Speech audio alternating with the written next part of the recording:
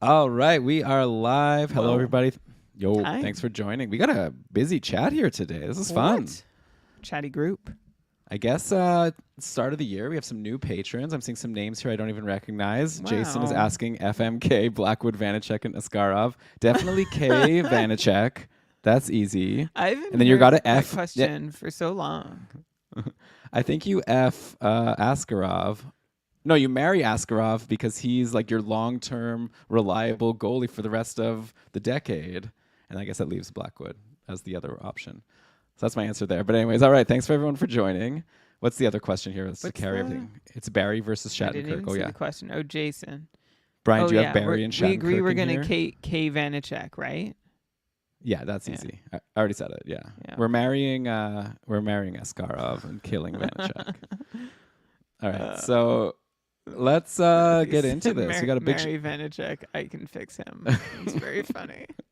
It's Yeah, like I funnier mean, than it should be. That's like a low self-esteem kind of like when you have an Askarov just right there waiting for you, and you go for the troubled one, the damaged one. Okay, so I'm ready to go, Brian. How about you? I guess I didn't think of an opening joke. Hosted by two guys who, I mean, I can think of a dirty one right off the top here when we're talking about D, but I'm not going to go there. So hosted by two guys who. Yeah, just really stoked to Well, you could like go like really cheesy. something about the back end. Delightful. Ready to put on a delightful show for everybody. Okay.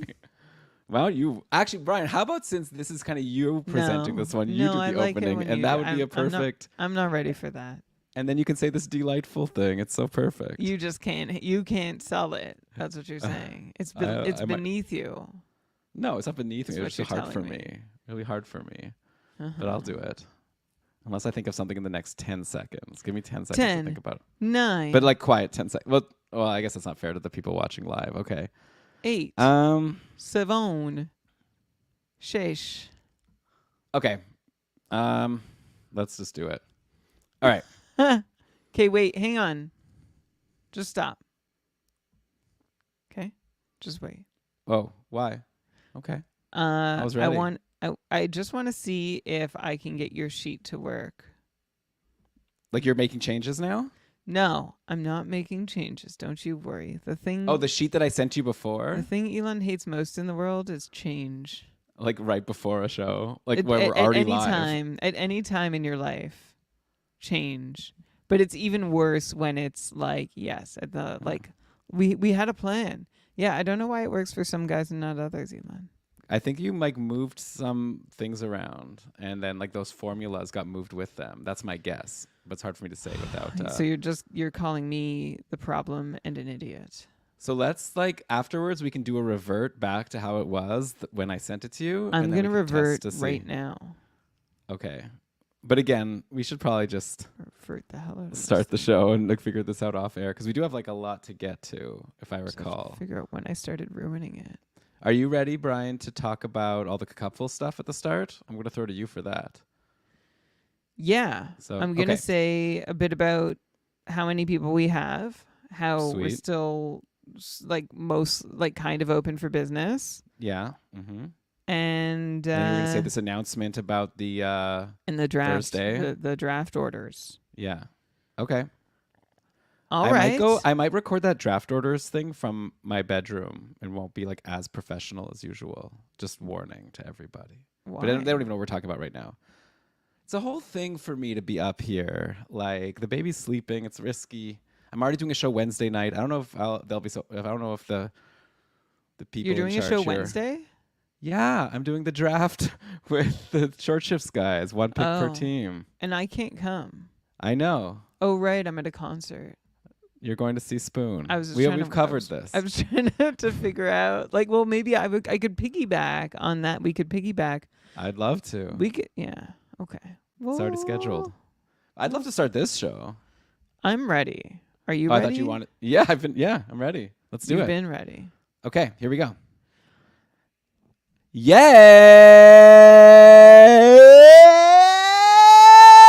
Yes! welcome everybody to another episode of the Keeping Karlsson Fantasy Hockey Podcast, the longest running fantasy hockey podcast in the world, hosted by two guys who are hoping that we won't have to have this be the last time we talk about Erik Karlsson in a significant part of a show talking about fantasy relevant defensemen. I hope. We'll see. I'm your host, Dylan Dubrowski, and with me for this now second annual, hopefully long time tradition where every year we're going to rank defensemen.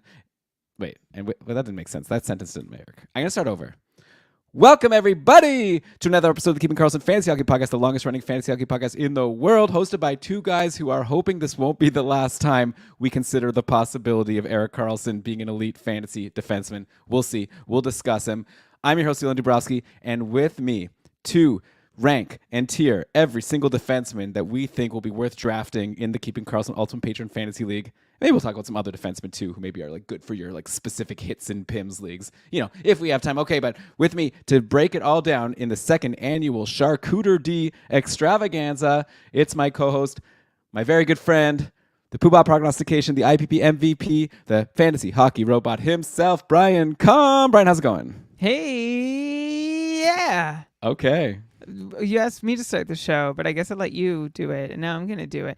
I'm ready for a delightful episode full of delicious commentary where we give you the D. I ran out there. That's well, you don't want to leave it on where I'm give you the D, just but going to okay, leave it hanging. That's all I can do. I'm sorry about that. I'm stoked. I'm ready to go. The deets. The down low, the dirty, all of that. I know.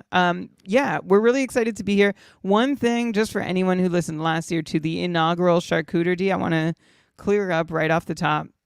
We're leaving the food. I'm very sorry, but we're leaving the food behind. This is devastating. Yeah, I'm sorry. If you want, I don't know who are the cheeses, who are the meats, if you crackers. Want our food takes, you can become a patron and use the patron cast for that moment. Last year we talked about meats and cheeses and house-made condiments and jams like your chutneys, mustard, ketchup. Pickled. Which players are the pickled? Which players are the pickled things? Like the little marinated, like the bread, the crostini, the crackers, the nuts. The fruit. No one likes the fruit. Like that's. I thought we're not doing this though. Well, okay. I'm just gonna give it all at once. But last year I remember just struggling so much to keep the food analogies true to the player type we were talking about. You know what? I will at the bottom. I'll try and remember to call them the wilty kale and garnish because I think that is one of my favorites. You know, like those little pieces on the board that, like, when you're done, it's just like no one touched them. They didn't look good at the start. They look even worse at the end. They're just rejects. But those are probably the guys we're not even mentioning tonight because tonight we're going to mention all the defensemen that you might want to consider drafting. There was a moment where we did have to kind of draw a line and say, look, I can find, like, I know there's going to be moments where you're going to want to consider streaming in Jonas Brodin or Mario Ferraro or, Adam Larson or Alex Romanov, right? But these are they'll come and go, right? And sometimes they might be your bottom defenseman, and that might make sense in your league and format, and you might be happy with that. But we sort of just had to draw the line somewhere. So we're trying to leave out the streamers, and we're trying to pick the guys who you might want to reserve a roster spot for all season long, or at least 1 week to see if they will be reach any of the upside that they might have. So that's the goal. I'm trying to count up. Elon, we have about 100 defensemen, give or take. Okay. How much time are we going to take to cover them all? About 23 minutes. All right, we'll see. Yeah. Okay. Before we start that timer, the Cupful, the Keeping Karlsson Ultimate Patron Fantasy League, which you can learn more about at kkupfl.com. We are rolling, like steamrolling forward. That sounds aggressive, but like we're on our way to our 10th season. This is our 10th anniversary season. We have a fancy logo for our anniversary, thanks to our friend Brandon Weeb and everything. When this comes out, this episode on Monday, September 9th, draft invites are going to be sent out, and your division chats are going to be created. But here's the thing. If you haven't joined in yet, if you're not one of the 653 managers already in the world's best and most fun and most competitive and most communal and kind and friendly and active fantasy league, you still have a shot. All right. We're gonna keep creating divisions every time we have enough managers to fill one. If history dictates, we will be able to fill at least a couple more between now and the start of the season. Hopefully more. Right now we have 653. I'd love to, like, my mini goal, Elon, is to break the 700 barrier this year. So that would be a handful more divisions. It can be done. If you'd like to join, you can head over to kkupfl.com and click all the necessary buttons. Read about the league if you're not sure. You also get like our Discord community, which I think is as big a perk, at least, as the Cupful itself, and extra monthly episodes where you can ask us about our charcuterie preferences. So there's that. For those who are already registered, some exciting news. Your allied chats. So these are chats where everybody who is drafting from the same position as you is put together. So we're going to have about 47 managers in each allied chat to begin the season because we've got 47 divisions roughly spoken for. And you can strategize together for your draft. And last year, all the first overalls, we put them together. The second overalls, we put them together. We don't know the draft orders yet, but guess what? We're creating your allied chat so you can get to know the people you're working with. But how can we do that? How does that work, right? Because we haven't actually determined the draft order well. On Thursday night, Elon and I will be hosting live a draft lottery picking super special edition of not Keeping Karlsson, but of something. We're going to live stream the lottery that determines the pick order of all the allied chats who will learn their fates together. So you're going to be together for a few days, not knowing where you're drafting from. But by Thursday night, you're going to find out if you are in the allied chat that is drafting first, second, third, fourth, etc., all the way down to 14th. Each allied chat is also accompanied by one tier 1 manager, and a couple of them actually have 2 tier 1 managers in them this year because there's 16 managers in tier 1. So you have the wisdom of a tier 1 manager, but honestly you have the wisdom of the hive mind of at least 46 other folks. Great places to strategize, see what the landscape looks like from where you're drafting, not just during the draft, but through the whole season.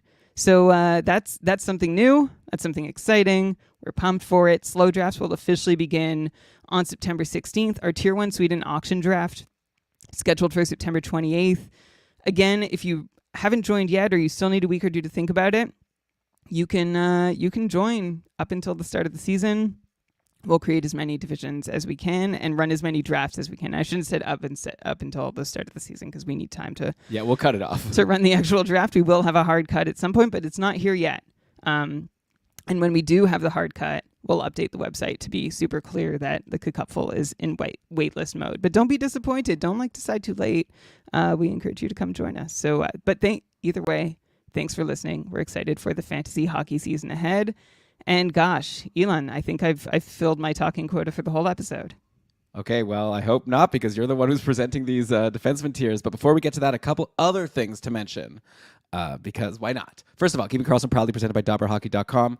Incredible website, the place to go for your fantasy hockey needs. And they have that amazing guide that updates all the time. So definitely check it out. Get the Dobber guide, the legendary Dobber guide, DobberHockey.com. Also, Brian, a little bit of housekeeping about last week's episode. We did our annual Schmore Goalies Board episode where we tiered all the goalies.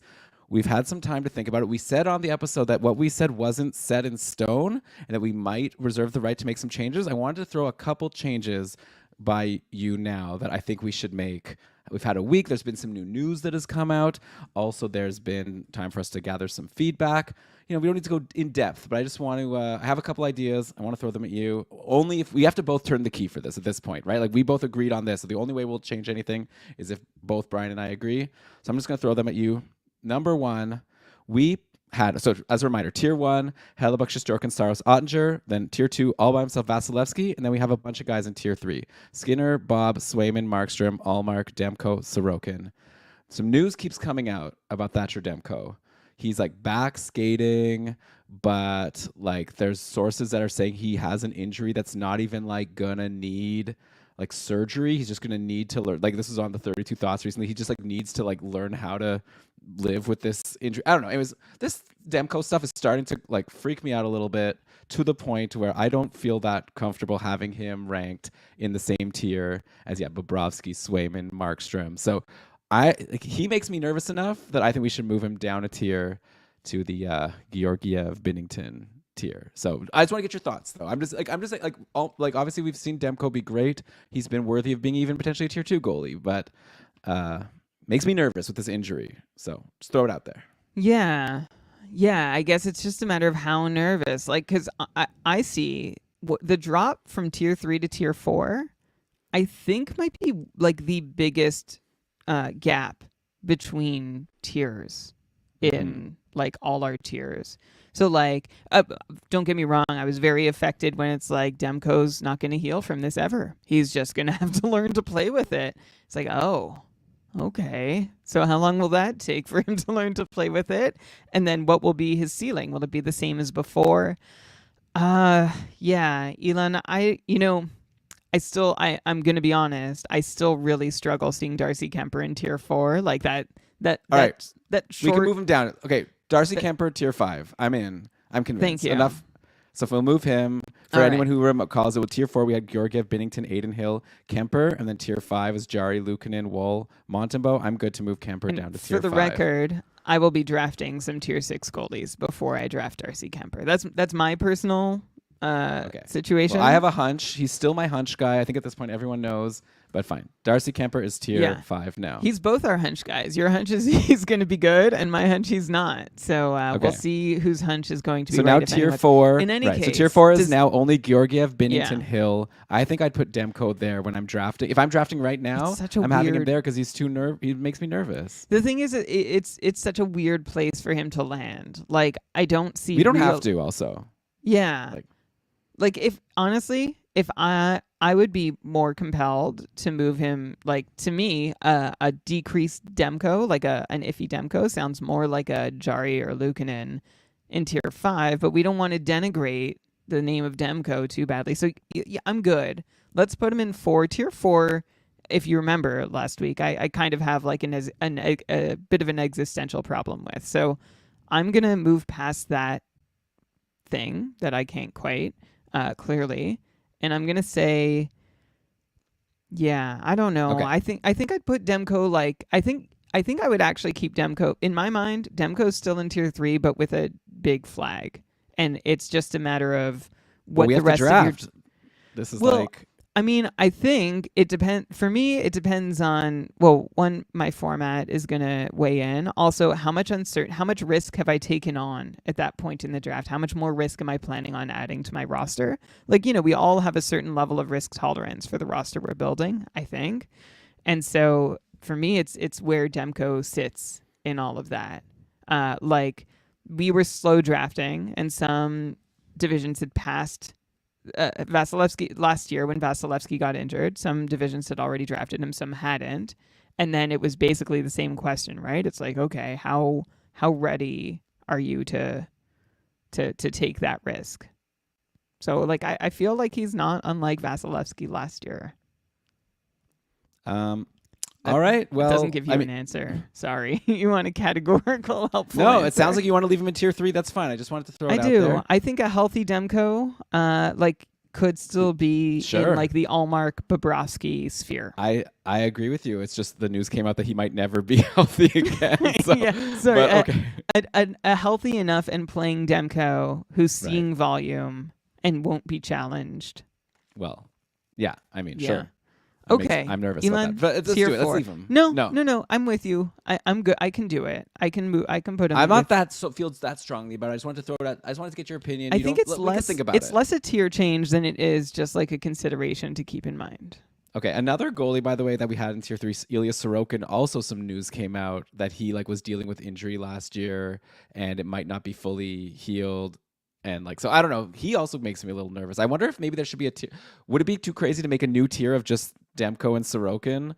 in between tier 3 and tier 4? That would be reasonable, actually. Okay, maybe let's consider maybe that. that's the answer.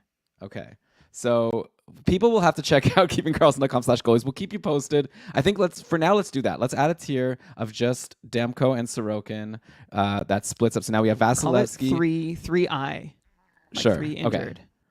Okay. Okay, I like that actually. Okay. 3I is those. So now we have 3 is Skinner, Bobrovsky, Swayman, Markstrom, Allmark. Then 3I is Demko and Sorokin. And then tier 4, Georgiev, Binnington, Adin Hill. The last thing I want to throw at you, Brian, also again, like listening, maybe I shouldn't put too much stock in listening to Elliot Friedman, but listening to 32 Thoughts, I'm more convinced now than I was before about Ukko-Pekka Luukkonen being like the guy in Buffalo. I'd be up for moving Luukkonen up to tier 4 with Georgiev, Binnington, and Adin Hill. I'm down. All right, let's do that. I'm so down. Because, yeah, he was great last year. Buffalo seems like one of these years they should be good. This could be the year. So, okay. So there you go. Everyone can check out. Oh, please. Like the other thing, just, that I've been mulling over is Connor Ingram. I know we had, was it CTS go to bat for him? Big fan. In the Discord server. And I'd like to think that I went to bat for Ingram in the last episode, but I don't know if it came across as strongly. I'm looking at the other guys in Ingram's tier, Lindgren, Fedotov, Wolf, and Decord. And I think I'd much prefer him to at least everyone, maybe Decord he's more in line with. But I'd put him up with like Joseph Woll and Sam Montembeau as someone who's the incumbent.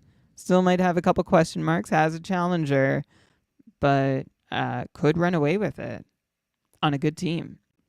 I mean, yeah, if you want, that one I want to think about. I really still believe in Vejmelka. I think he's a really good goalie. I think he's had one bad year. I think he's going to back up. I think he's going to be a serviceable backup or 1B, but I think he's going to be for sure the B and not the A. Yeah. I mean, last year going into the season, it was the flip. Is it so determined now that Ingram is the starter and Vejmelka's the backup? Anyways, this isn't even the goalie episode. Yeah. So all right. If you feel strongly, let's do it. Let's move him. Fine. Let's do it. Connor Ingram, tier 5. I was just wondering out loud, CTS was a big fan. He even said he's watched these games and Ingram is good and Vejmelka's bad, and he gave reasons about rebound control and stuff. So sounds good to me. All right, let's do that for now. So go to keepingkarlsson.com/goalies to get the updated tier list. Maybe Still I'm not going too to throw one more thing. boy. Now that you move Luukkonen into 4, I could see. No, I'm not moving Ingram up even higher. No, I was going to say Kemper and Jari could jump into 4 too, but Jari doesn't really belong. No, and Kemper, we just moved him out of there because you didn't like him there. Yeah, you but were just telling me how you hated it. Well, yeah, because he didn't match with those. Anyway, we're good. We're going to leave it. If anyone has any itches to scratch on this, let us know. All right. Okay. On the Discord server. I think it looks better now. So Me people, too. again, for people that are trying to picture it in their heads, go to keepingkarlsson.com/goalies, or you could go to our show notes from the last episode. KKUPFL.com. Oh yeah, Brian's so big. Hey, everyone, let me tell you something. If you want to make Brian's day, tell him you went to kakupful.com. We don't make any money. We don't have any ads on that site. For some reason, Brian's convinced this is our key to worldwide riches Elon, and success. This is not. I am heavily influenced by one of our gurus. I don't know if I should, but a former tier 1 competitor. All right, so good. Who's strong. So do us a favor. Entrepreneurial skills suggests that we do this to the more people that go to cupful.com, the higher it appears in search results or something. Fair. That's fair. And then we can find famous, more managers. Yeah. I like it. Okay. But I just there's more tools on the page. There's more there. For the real we ones, should take away the shortcut. That's what I advocate. I like shortcuts. We should. I feel like we're doing people a favor. Can we redirect? Only for patrons. Only patrons can get the shortcut. Can we redirect keepingkarlsson.com/goalies to kakupful.com/tools? I could. Yeah, we could. I would make love people that. click twice. Yeah, make people do more work to find it. F those people, our listeners. Hey, our listeners. Maybe they should have 3 clicks.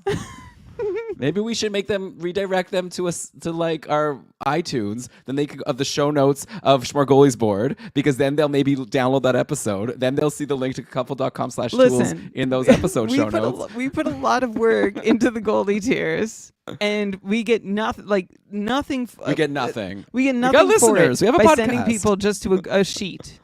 Just to a sheet. Go to the Google sheet. You know who Google. Google's gonna sell. I don't know. Does Google we sell linked ads to on the sheets? couple in the sheet. Anyways, this is more Patreon conversation now. We've got the whole Charcuter-D to get to. So let's Oh my do this. gosh. And Jay Brew's with you. He's saying in the chat. We're like so 18 I guess minutes that settles it. in. All right. So, Brian, let's move over to D. Off air, I'm going to make a note. We do have to do an ad break at some point, Brian. So I'm just going to remind you. So that we started around 8:15. So let's say around 9:15. Where's the script? I'll send it back to you again. No, I'll send it to you when the time. Okay. Well, I might need you to send it to me. Okay. I I thought you just said you have it. Okay. I found it. All right. So, anyways, with that. Okay. But now with that. All right. Okay. So, Brian, you have prepared this tier list of defensemen.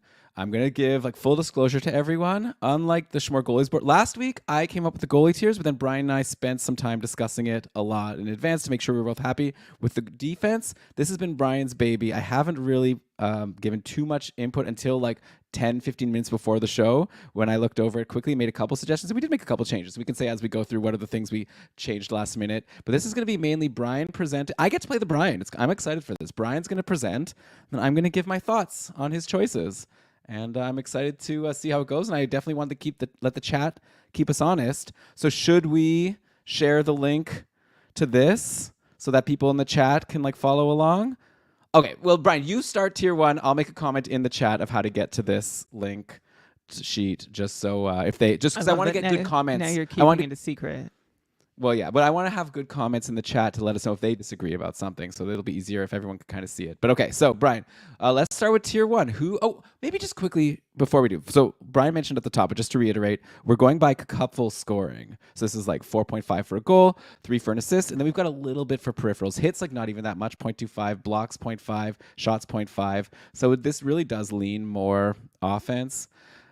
There are, of course, other leagues where like a Jeremy Lozon is like worth his weight in gold because he just wins you your hits category every week, or like there's PIMS guys, so whatever. So like keep in mind, we obviously we can tier defensemen in a whole bunch of different ways, but here we're going based on what our expected couple points per game. Right. So you could look at the scoring, but this is kind of how we're doing it. But we'll discuss as we go along which guys are like maybe better in certain formats versus other formats. But also, let's just say quickly, defense. Why are we tiering defense?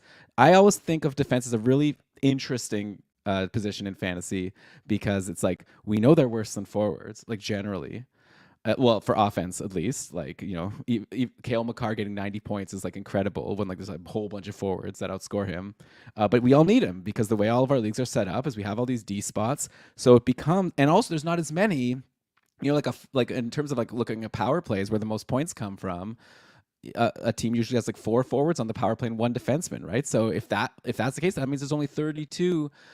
Power play 1 defenseman, and obviously there's some teams where maybe it's shifted or like they switch between both power plays. But so there's only like so many, and once they run out, you're like, wow, now you're filling your D spots with these junk guys that you hope are good. So I think like obviously we could do another whole show tiering forwards. I think defense is important because you don't want to let the draft get too far, and then all of a sudden you like don't have good defensemen. So, and again, just like we said with goalies, the purpose of tiering is it's nice because then you could sort of get a sense of like, oh, should I draft Adam Fox now? Well, the Keeping Karlsson guys say that these other players are like kind of similar to Fox. So maybe it's worth it for me to take the forward, the Bedard, let's say they get taken around at the same time. I'll take Bedard because I'm excited about him, and I'll just get one of the other tier 3 defensemen like later on. So that's like kind of the reason why you tier, to sort of try to get a sense of like who we think are like similar enough. With that, Brian, I just wanted to throw out those caveats. Throw to you to either give more caveats or just hit us with tier 1. I'm going to hit you with tier 1. Are you ready? This is easy. Okay. I was going to, off mic. Oh. Someone suggested we do goalies from worst to first. Yeah, I don't. Okay. I disagree. I could tell you reasons why. We can't change it now. Right, of course. Yeah. I know this. Okay. I get why. Like, I understand the reasoning why, but I just think for like the majority of listeners, it's more interesting this way. Like, not all leagues are super deep. Also, like, yeah. Anyway, yeah. But yeah. Anyway, okay. You said it's kind of Brian, obvious. Do you have any more caveats? Yeah. Or do you want to just get into tier 1? I'll just start from there. Yeah, let's get into let's do this. Let's get into tier 1. Elon, tier 1 is super obvious. No caveats needed for these 2 players. Actually, I've got a couple really tiny ones, but really tier 1 is occupied by the exact same people as Tier 1 had last year. And that is Cale Makar and Roman Josi, two guys who you can just set your watch to getting the most value possible out of your D spots, not just because they both average more than a point per game in scoring, but because their peripherals are way, like they're so impressive, right? They each take like roughly 250 shots, give or take. They each had 150 shot blocks last season, give or take. And of course, they're on the power play all the time. If I wanted to nitpick, Elon, like the reason, well, Cale Makar wouldn't move out, right? Like Cale Makar is not going anywhere. He's going to be in Tier 1 for a good long while. You can just, okay, that's that. The thing with Roman, but of course we're used to Cale Makar missing like 10 games a year. We actually had a really interesting conversation about games played on our Discord server, which I'm not going to get too deep into here, but about, how much impact that really has to draft somebody with that injury history. So we talked about that also, Brian, on the patron cast that we recorded last Wednesday. So that's a good convo for if you are a patron, you haven't listened to it yet, check it out. It was a really fun show. Yeah, and all our patron casts are available to new patrons. The archives are open. All right.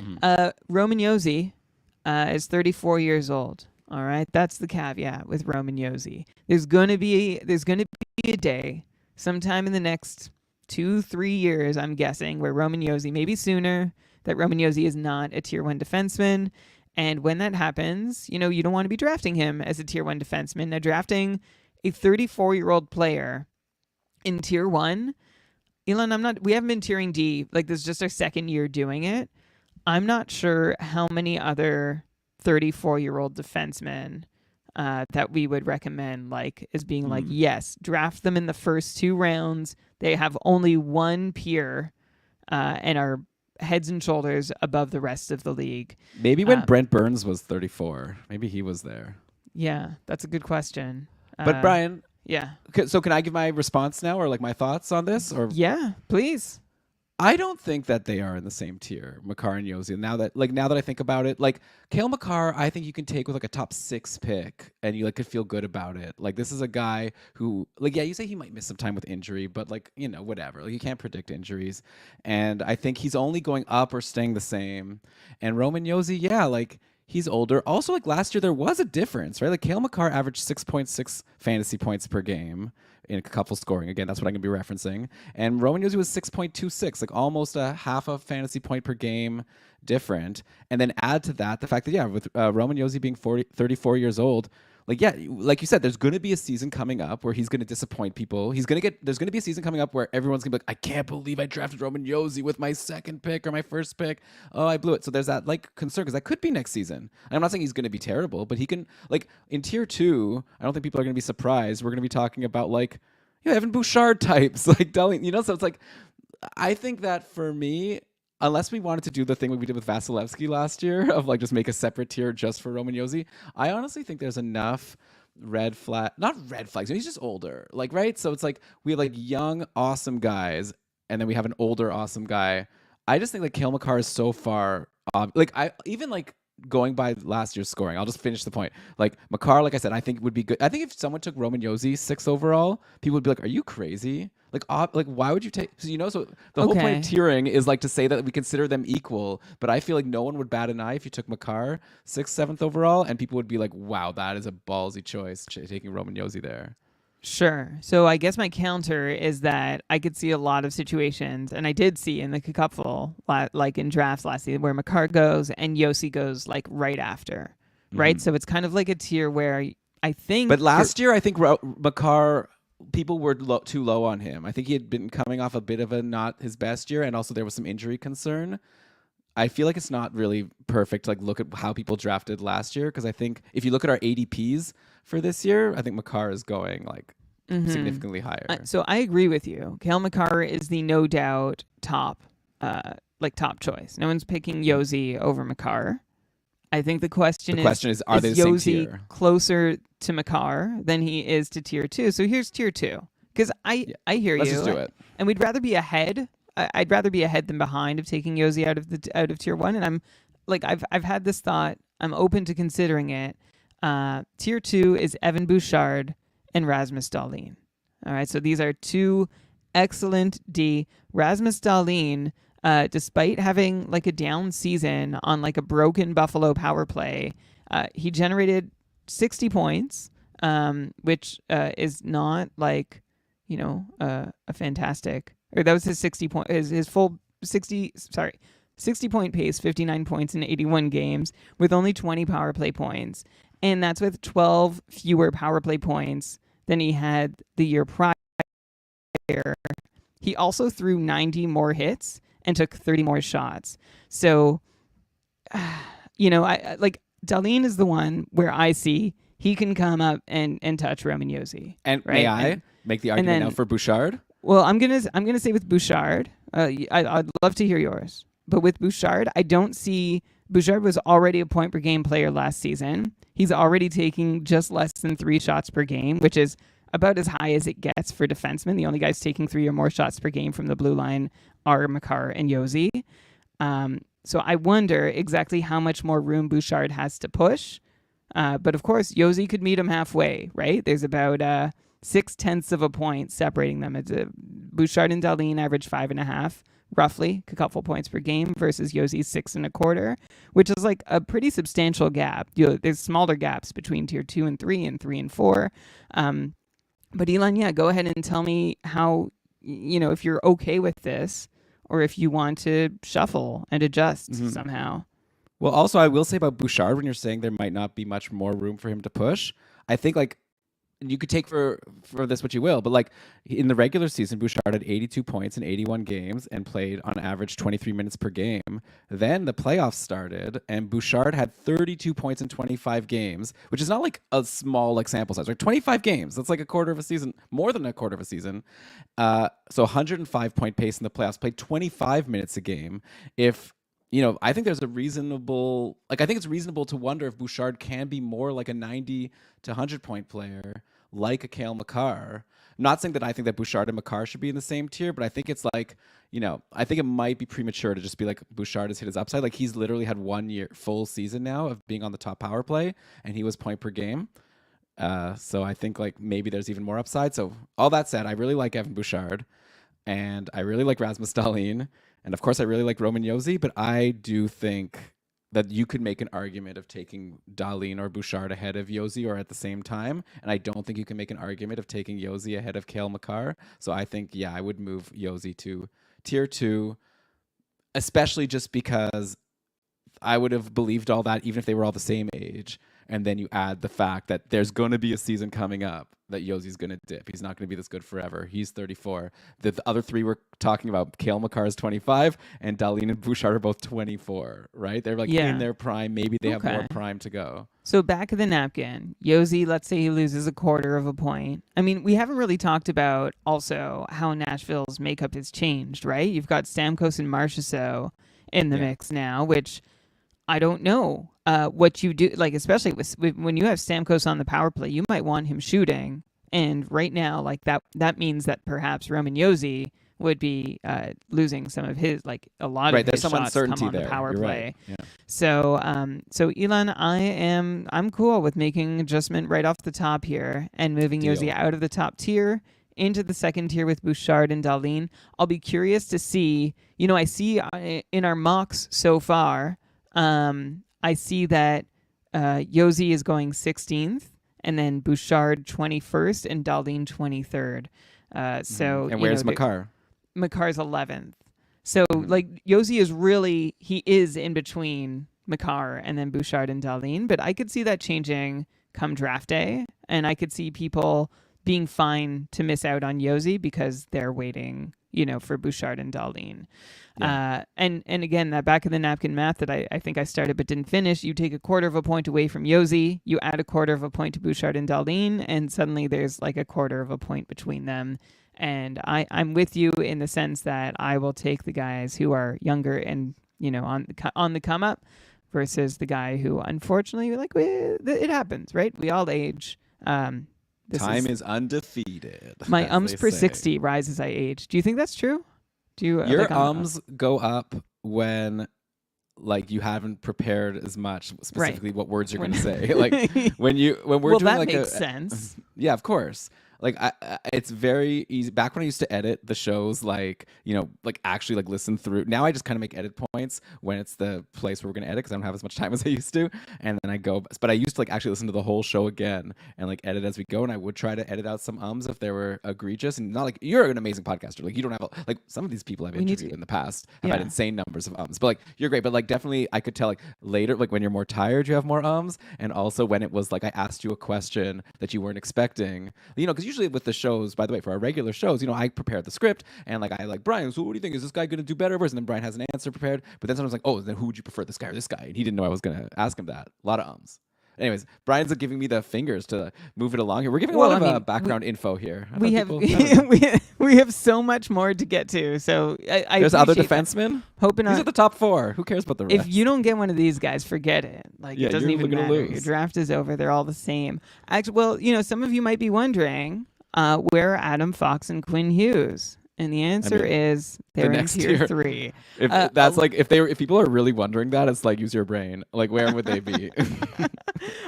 Well, so I guess the real question is are they alone or do they have company? And my friends, they have company. All right, I had them at one point up with Bouchard and Dahlin. I've sort of been jostling them around a bit, and then in their own tier as well. But at the end of the day, I've decided to group Adam Fox and Quinn Hughes along with 5 other defensemen who are highly reliable, locks for the top power play, guys you can set and forget, and you don't need to worry about it. Some of them have had recent highs. Some of them have had high, might not be hitting the highs that we always wished they would, but they're there. You can depend on them. There's really not much of a flag with any of these players. So Adam Fox and Quinn Hughes head up the group. Noah Dobson is also there. Noah Dobson had an incredible season last year. 73-point pace. He had 24 power play points. His production was monstrous at 5-on-5. And I don't know if you remember, Elon, but all season long, it was like, can Dobson keep it up? And it was like, yes. There were rarely markers of unsustainability for Dobson at any point in the year, which was kind of like, it wasn't so surprising, but it did. I don't know that we were ready for it. Like we would have been a couple years back, and then Dobson had, a couple seasons where he had 52-point paces in 2 consecutive seasons, right? He broke out with 52-point pace in 21-22, repeated that the next season, but again, last year really broke out. He's heading into his age 25 season, so we can consider Dobson one of, those Dauber classic 24-year-old breakouts. And I think he's going to stay where he found himself last season. Yeah, he was a little more involved in points participation, but I still, at the end of the season, after 80 games, I don't see many markers of unsustainability for the 73-point pace. So that's why Noah Dobson has entered this territory. Also takes over 2 shots per game. And blocks the most of anyone in this group, 180 blocked shots, which is 3 times as many as Quinn Hughes. And it actually draws him about even, or just ahead of Quinn Hughes in Cacupful total points per game. Who else is in this tier? Elon, do you want me to pause there and you comment, or shall I read the rest of the tier? I definitely agree with you that Fox, Hughes, and Dobson belong as the next best guys. And I think there's a discussion to be had about not stopping there. So, yeah, let's go through your next ones. But, yeah, very quickly, Quinn Hughes, it's really cool what he did, right? He went from being, an all assists and nothing else. And he really, turned into, this guy that now shoots a little bit. He's, turning, and I wonder if he won the Norris. I think it'll be interesting to see what Hughes does next year. I think there could even be more upside. So I'm excited about him. I'd be, for the first time, I'm not being gonna. I used to Brian. Maybe this says something bad about me. I used to scoff. People would draft Quinn Hughes super high in a draft, and I'd be like, what a noob. Don't you get it? Don't you get our format? He barely shoots. He barely hits. What are you, dumb? But last season, Quinn Hughes. Whoa, just okay, that's a little much. In my head, I wouldn't say that out loud. Oh, but even in your head, the devil. Gosh, okay, well, Brian, I drafted Quinn Hughes once. That's what you were thinking of me. Look, you're a better person than me. I think a lot of things that I'm glad I don't say. Okay, I can't help it. I was born this way. Don't judge me. You should judge someone based on the way they act. But anyhow. Yeah, those three I like a lot. And yeah, there's a couple that I had because I can see the sheet here that I might be like, how would you consider them the same as those three? But you'll obviously give your reasoning first before I respond to that. I could see a reason to create another tier here. And by the way, for the listeners, Elon and I discussed the goalie tiers at length offline Yeah, before going on mic. This I is a gave little. this. This is oh, I okay, gave this great. caveat. Just a reminder. So this might be a little more in play. And Elon, even after I stopped at Dobson for a reason because I was kind of wondering if I actually wanted to break a tier there, because Fox, Hughes, and Dobson are up there. I'll name the other four and let's see if they belong. The other four are Victor Hedman, Josh Morrissey, Zach Werenski, and Miro Heiskanen. And the reason they're there is because the title of the tier is highly reliable. And I think that pretty much describes this group of four. I know Werenski has injury troubles. And like seems to have another random injury all the time, but when he's healthy, he is reliably good. Heiskanen is someone who does go cold for stretches, but I don't have much concern. Like he saw a 70% share of his team's power play time last season. Also, he lost about 13 to 15 power play points based on the year prior last season, and I think he can get most of those back. So that's why I'm not getting too down on Miro Heiskanen. But you're right, Elon. I don't think that these four, I might include, I'm not sure where to put Hedman as he gets older too. So I think maybe I just need help drawing the line because I don't know that it's worth creating a new tier for like Werenski and Heiskanen because I think Morrissey and Hedman are probably, I can rely on them. But what do you think? How do you parse these four? Should we just make another tier here? Yeah, okay. So again, so looking at last season's points, right? Like Victor Hedman had a good season, right? And he ended up with 5.13 couple points per game, which was below like Fox and Quinn Hughes. And so Hedman ended up with, I just want to take this one time. Hedman had 76 points in 78 games. So it's like really great. At 33 now going to 34, I'd be surprised if Hedman is going to do better than point per game, So I kind of feel like if Hedman was already lower than Fox and Hughes and Dobson, I feel like he shouldn't be considered in the same tier as them because I don't see upside for much more. He's and I love Hedman. Get any Hedman. closer. They're not going to fall, and he's not going to rise. And I feel pretty confident. That's how I feel. Yeah.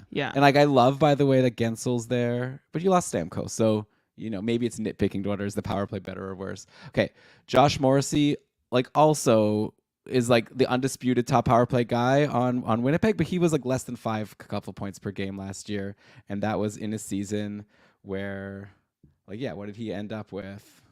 Why is Yahoo? I wish Yahoo was better because that's where I'm looking now to get the stats there, and I don't have last season's stats in this sheet. So let me just edit point. Yeah, less than 5 couple points per game. And Morrissey had 69 points overall. I know the season before he had this big breakout where he was point per game, but I think probably around a 70-ish point pace for Morrissey seems fair. So I don't really see him going up much more, especially with Winnipeg. I just don't know what direction are they going, right? They lost Monahan, who was there, and they didn't really replace him. People say the second line center might be Nemesnikov. So I don't know. I have a little bit of a concern. And then Zach Werenski could be really great, but he can't put together a full season of being great. He has injury concerns. And then Heiskanen. I actually would be a little, not a lot, but I'd be a little bit concerned Thomas Harley could start sneaking in. And also I think Dallas has all these exciting young guys that maybe they just give the second power play more time. Maybe Heiskanen stays top power play, but who's that with? If that's with Robertson and Hintz and Wyatt Johnston and Jamie Benn, then that still leaves Stankoven and Maverick Bourque and Tyler Seguin and Matt Duchene, and I could see that power play getting 40% of the time, which would eat into Heiskanen. So I think there is a risk of him not getting those power play points back. I'd be curious actually before we give the final answer, what do you think about that? Do you think, because you made that statement that you're not worried about Heiskanen's power play at all, and you think maybe he gets those points back? Do you think there's any weight to my concern that Dallas starts going more with the second power play just because they have such great options for that unit? So let me ask you this. I'll answer your question with a question. You Ooh. are so jacked about Wyatt Johnston because Yeah. he's going to step onto that top power play unit and at 5-on-5 and replace Joe Pavelski. Do Yeah. you think that his power play one spot is also less valuable potentially because of this second unit? Because I haven't heard this point come up that maybe Johnston's going to be on a top power play, but a less active top power play until now. And the point is well taken, but like let's just run it through that filter. Sure. I mean, what's a good projection for Wyatt Johnston? I think he can be like a point per game. I don't know if he's going to be like a 100-point guy next season. And yeah, like I guess yeah. So I think that is. I mean, you tell me. Like I don't know. We're all just guessing here. All I know is that when you have Matt Duchene and Tyler Seguin and Thomas Harley and Logan Stankoven, do you really just give them only 15% power play? Like I feel like these are all like great players that would on a lot of other teams be on their top power play. And there's a new coach. Like yeah, I guess I'll counter by saying with 65% of the power play one time, Heiskanen put up 34 power play points. Mm-hmm. So you know what I think. I think either way, I think we're in agreement. Yeah, so I think we have our tier 3, right? Is our highly reliable top end production, which is Fox, Hughes, and Dobson, and then we have a new tier 4, and I don't know if I can call it that yet, and I'll have to change all the numbers in the rest of the sheet. But tier 4 is locked in, but not quite all the way up to top end, and that's Hedman, Morrissey, Werenski. And now I think we're trying to figure out if Heiskanen belongs in that group. I like Heiskanen there. I was just making, for all 4 of them, I was giving my reasons why I don't see them with Fox, Hughes, and Dobson. Okay. Okay, well, I'm going to put it to you then. Like but hearing your concern, like let's say the Stars do like 60-40 or 55-45. I don't know if that, I haven't seen that anywhere. Yeah, this is just me guessing. Okay. I'm just saying it's just a slight reason for concern. Okay, because if we thought that there was like a likelihood, then we'd consider him in this next tier. Because on the flip side, let me say though, before you say the guys in the next tier, like I was giving like the glass half empty. The glass half full is Miro Heiskanen is a freaking incredible hockey player, and he's only 25 years old. He's 2 seasons ago had like a 76-point pace. Last year was a bit of a down year. Like I don't think he's someone that I'm worried about having a fall. Like maybe he's going to train harder and have like that chip on his shoulder. Like I want to prove that I am that guy. So like I think there's a lot of reason to expect Heiskanen to be better. He also I think it's time for Heiskanen to pull a Quinn Hughes and be like, I'm going to shoot more, because I feel like that would just make him, if he wants to, he just saw Quinn Hughes with, like, Heiskanen's been some of the people who've been talking about a Norris candidate like forever since he started, right? This is going to be a future Norris candidate. Now he sees Quinn Hughes the summer before was like, I'm going to start shooting more. And next thing you know, he won the Norris. But again, this is all just me just talking out of my bum. But I like Heiskanen, so I think that we can talk about the next guys, but I'm pretty happy with these 4: Hedman, Morrissey, Werenski, Heiskanen. They seem like a solid tier to me. All right. So to summarize, we have tier 1, like our meats and cheeses, if you will. Cal McCarr. Tier 2 are excellent, on like near elite, approaching elite. Roman Josi, Evan Bouchard, Rasmus Dahlin. Tier 3 are highly reliable, top end. Adam Fox and Quinn Hughes and Noah Dobson. And tier 4 they're also locked into their roles. We don't need to worry, except this Heiskanen thing. Just kidding. But we don't feel like we have good reason to worry that they're going to get bumped from their position where they can put up a lot of points, and that's Hedman, Morrissey, Werenski, and Heiskanen. Just not as many points as the tier 3 players. All right, let's move down to tier 5. And now we're getting into the territory where if you haven't gotten a defenseman in the top 4 tiers, you're looking at a guy who, like, tier 5 is your last chance to get somebody with, like, I think to get somebody with really big upside who's, like, pretty locked into top power play. These guys are all on the top power play in all likelihood, but there is a flag. Sometimes that flag is they've been booted off the top power play for time before, or we haven't seen them, or there's a shifting situation. There's one exception in this tier who I'm not sure if he'll be on the top power play, but we'll get there when we get there. This tier has about 9 players. So, Elon, I'm going to throw 4 or 5 at you, and you can stop me before I get through those 4 or 5 if you feel the need. All right. First up, and he sticks out a bit like a sore thumb in this group, is Mikhail Sergachev, and he sticks out because last season his cupful production and point production has does not compare with the rest of the players in this tier. But Mikhail Sergachev, but for obvious reasons. Yeah, I'm expecting in Utah, who has invested big in him, he's going to be quarterbacking a top power play unit that is going to be high quality, exciting, fun. And in the time that we saw Sergachev quarterback a top power play, we saw Sergachev oust the oligarch. I'm trying to think of the dictator. I don't know, like the long-standing incumbent. Like, we never thought that we didn't see a possibility that Victor Hedman would get knocked out of his role there. He did, by Mikhail Sergachev, who, by the way, is just entering his age 26 season, which is, like, I mention this all the time, but it's crazy. He's got 7 full seasons under his belt, plus 4 games in the season where he first saw action with Montreal. Sergachev has a lot more to hockey to give, and I think a lot more points to offer. The 1 year where he did boot Hedman, he had a 66-point pace for the year, and he wasn't even on the top power play the whole year. Sergachev has been somebody who's he's fine at 5-on-5, and he can do a little bit from PP2, but I am expecting bigger things from him in his new situation. Yeah, and also a great thing about Sergachev is that peripherals floor is really nice. He you should probably expect, based on his numbers in Tampa when he played full seasons, around 150 blocks potentially, 130 hits. So that's just really nice. If you're in if you're in a categories league and not a points league, Sergachev could help you a lot in those categories, and now has this exciting offensive possibility if he's quarterbacking this top power play, which, like Brian said, I think there's very good reason to expect that to be the case, especially with how Sean Dursey was so meh last season in that role. I'm going to throw out just a flip side of that coin is that Sergachev has always had a big penalty kill role the last few seasons. That's when the blocks and hits really started coming. And yet to be seen, right? If he still plays. Fair. Last season, he saw almost half of all of Tampa's penalty kill minutes in the 34 games he played. But the year before, 45%. The year before, 42%. So we'll see if he a smaller share, if he's not asked to do a double duty on top power play and top penalty kill, will mean fewer peripherals. But either way, see a lot of value coming. That's a lot of time to spend on the first guy here. So let me run through a couple others. In Montreal, we've got Michael Matheson, who has proven himself to be a reliable power play producer, reliable shot taker, almost 2.5 shots per game last season, and blocks a whole lot as well.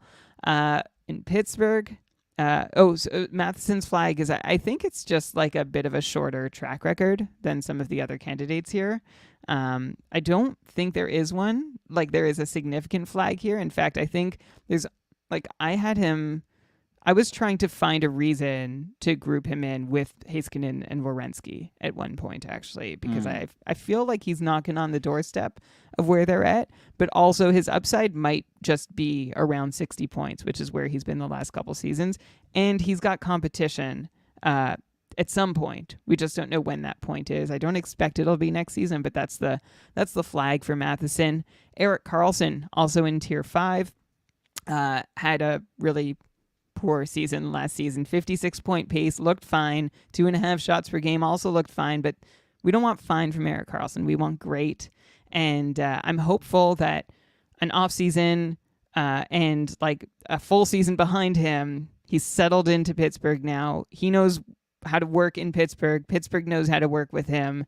And I'm hoping they'll have a more fruitful relationship here, and that Karlsson will make us kick ourselves for not putting him in a higher tier. But just with his injury history and the weirdness, the non-linearity of his production, basically ever since leaving Ottawa, it's hard to have a whole lot of faith and want to put him as a Tier 4. I'm calling locked in, right? And Erik Karlsson is a bit of a cry from locked in. And then I'll close this list, this opening part out with Mackenzie Weegar, Elon's absolute favorite person in the whole world. Looks he was incredible last year, and with a 52-point pace, he averaged as many couple points per game as Adam Fox. All right, who had 20 more points in the season. Mackenzie Weegar did it with shots, with hits, with blocks, and only 15 power play points. And now we wonder if Mackenzie Weegar is the outright incumbent for the Calgary power play 1 job, which would mean that maybe he can add 10 points to his total on the power play, which means that maybe he can do he can find himself up a tier as well. The flag with him is that last year was the first time he's really done anything. He had a year in Florida where he had a 55-point pace. Last season, though, he shot 10%. He had 20 goals. Those 20 goals aren't going to come back. That's about twice as successful as we'd expect Mackenzie Weegar to convert, which would bring him down to like a 42-point pace. And I think that's it, right? We haven't seen him also in a power play role before last year, which doesn't mean he can't perform in one. We just haven't seen him in one. Maybe he's always had this upside, and we're finally finding it as he heads into his age 31 season. So those are the caveats. Elon, I'll pause there with our tier 5, who are power play 1 guys with a flag: Sergachev, Matheson, Erik Karlsson, Mackenzie Weegar. And right, there's still going to be 5 more people in this tier. Oh my gosh. For me to comment on them. Yeah. Okay, so I will say that I'm glad you didn't put Matheson higher. Like, he had a great year last year for sure. That's his first year playing 82 games, like, ever. And actually, in his first couple years with Florida, he played 81, so fine, count those 2. But he's also like been a bit of an injury risk guy, but maybe that's behind him now. So I like that. When you say that there's potentially a threat, but maybe not this year, like, Lane Hudson is going to play this year. And a lot of people, when you listen to like prospect people or Habs fans, whatever, the plan is that Lane Hudson is going to be the top power play guy. The question, of course, is when. It didn't take Luke Hughes long to get the top power play in New Jersey. Of course, like, Hamilton got injured, but I think even like a couple seasons ago, Luke Hughes. Anyways, whatever. So they're not the same players. Who knows? But I think like there is a bit of a threat there. But I do agree with you that like Matheson belongs here after the season he had, and also I think Montreal's pretty exciting, right? Like with Laine now in the picture, if he can go back to being the Patrick Laine we used to know and love, then this can be a pretty potent situation. And Slavkovsky, by the way, everyone's talking about how Slavkovsky's looking like even better. Elliot Friedman said he's looking insane. So we'll see. Okay. So Mike Matheson is like might raise a few eyebrows here, but I think the upside is there. He's fun. Yeah. Sergachev, you discussed. I think Erik Karlsson, look, like I want to believe, like, he had 100 points. You talked about his 56 points, whatever, last year. 2 seasons ago, he had like 100 points. He won the Norris. Like, he was incredible. So like I'd expect that wasn't gone. Pittsburgh's power play last year was so weird. They just couldn't do anything. Like, hopefully they're going to figure something out. Okay. They lost Gensel. That's usually not good, but maybe whatever. Bunting is there, and who knows? Okay, Mackenzie Weegar, I think there's an argument that he should be in a higher tier. Like, if you go based on like fantasy points per game from last season, Weegar, like you said, was right there with like Fox and Dobson and Quinn Hughes. You're saying the red flag is that, yeah, he's only done it once, so that's fair.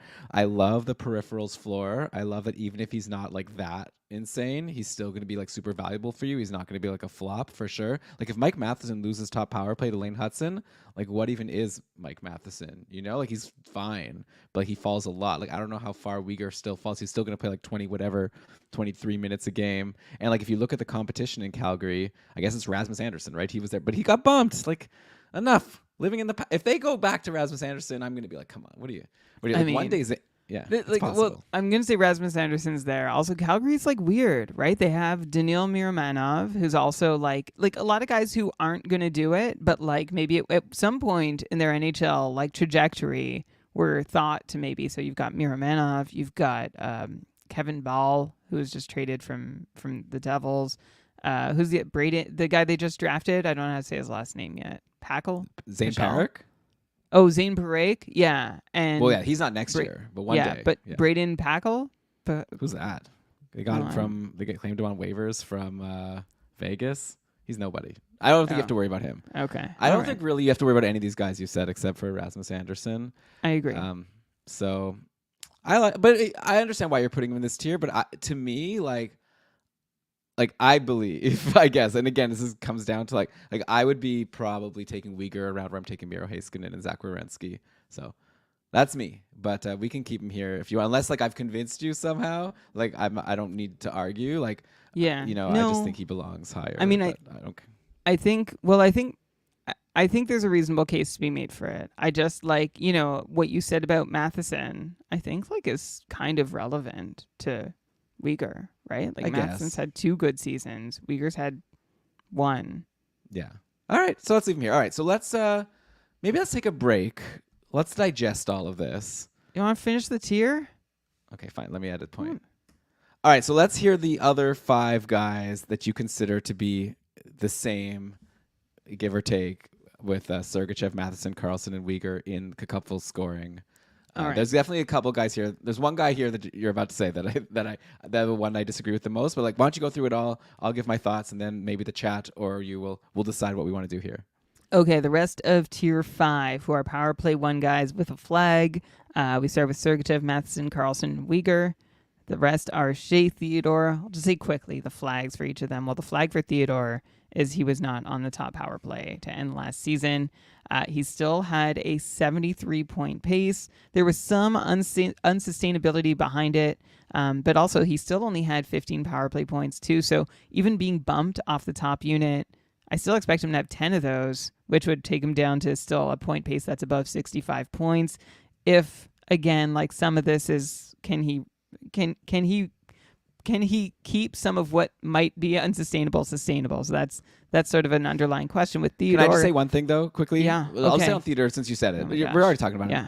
Like, so once Hannafin came and took over on the top power play, Theodore only ended the season. Like, you're giving his total points. He ended the season with 14 points in his last 20 games, which is like a 57-point pace, which is still good. But like, it's just like, when you say that he had like this, and also the 73-point pace is like missing a lot of time, right? So it's like, would he have been able to actually keep up that pace the whole time? Seems like, I think, unlikely based on the rest of his career, and also the fact that he wasn't on the top power play when he came back, like, are the reasons why I just think like, yeah. So anyways, just wanted to throw in that context, but please continue. Okay, I think, sure. Thank you. He's been a 60 plus point player for 2 of the last a couple seasons times before this. Well, a couple, like ever since. Okay, all right. You have a 53, then a 65, then a 55, then a 61. Yeah, 73, 61, 55, 65. That's like that's what I see. That looks pretty great to me. With a lot of missed time, though. But also, that injury thing is important. Like, you're talking about point pace. He hasn't played close to 82 games. Well, he played 78 games one season. Last seasons are 47, 55, and 53 games. So this is a guy who, I think 2021 was a COVID year, so that's not fair. But anyways, the last couple seasons, Theodore's missed a lot of time, which is another reason to be wary about drafting him so high with the injury risk. Okay. So Elon feels as badly about Theodore as he does feel good about Uyghur. Like, this is what I've like. I don't think they belong in the same tier for sure, especially with Hannafin in the picture. And come on. I should mention also. I mentioned his 15 power play points. Those came in 47 games, so I don't expect like power play 2 would not like that's top power play production. So thanks for reminding that he missed 10 power play points in his first 20 games. The season started so good for Theodore. 18 points in 20 games. Then he got injured, which sucks. Yeah. And I think, you mentioned the smaller sample, and I think I sort of tried to cover that in the end. Of course. No, you did a great job.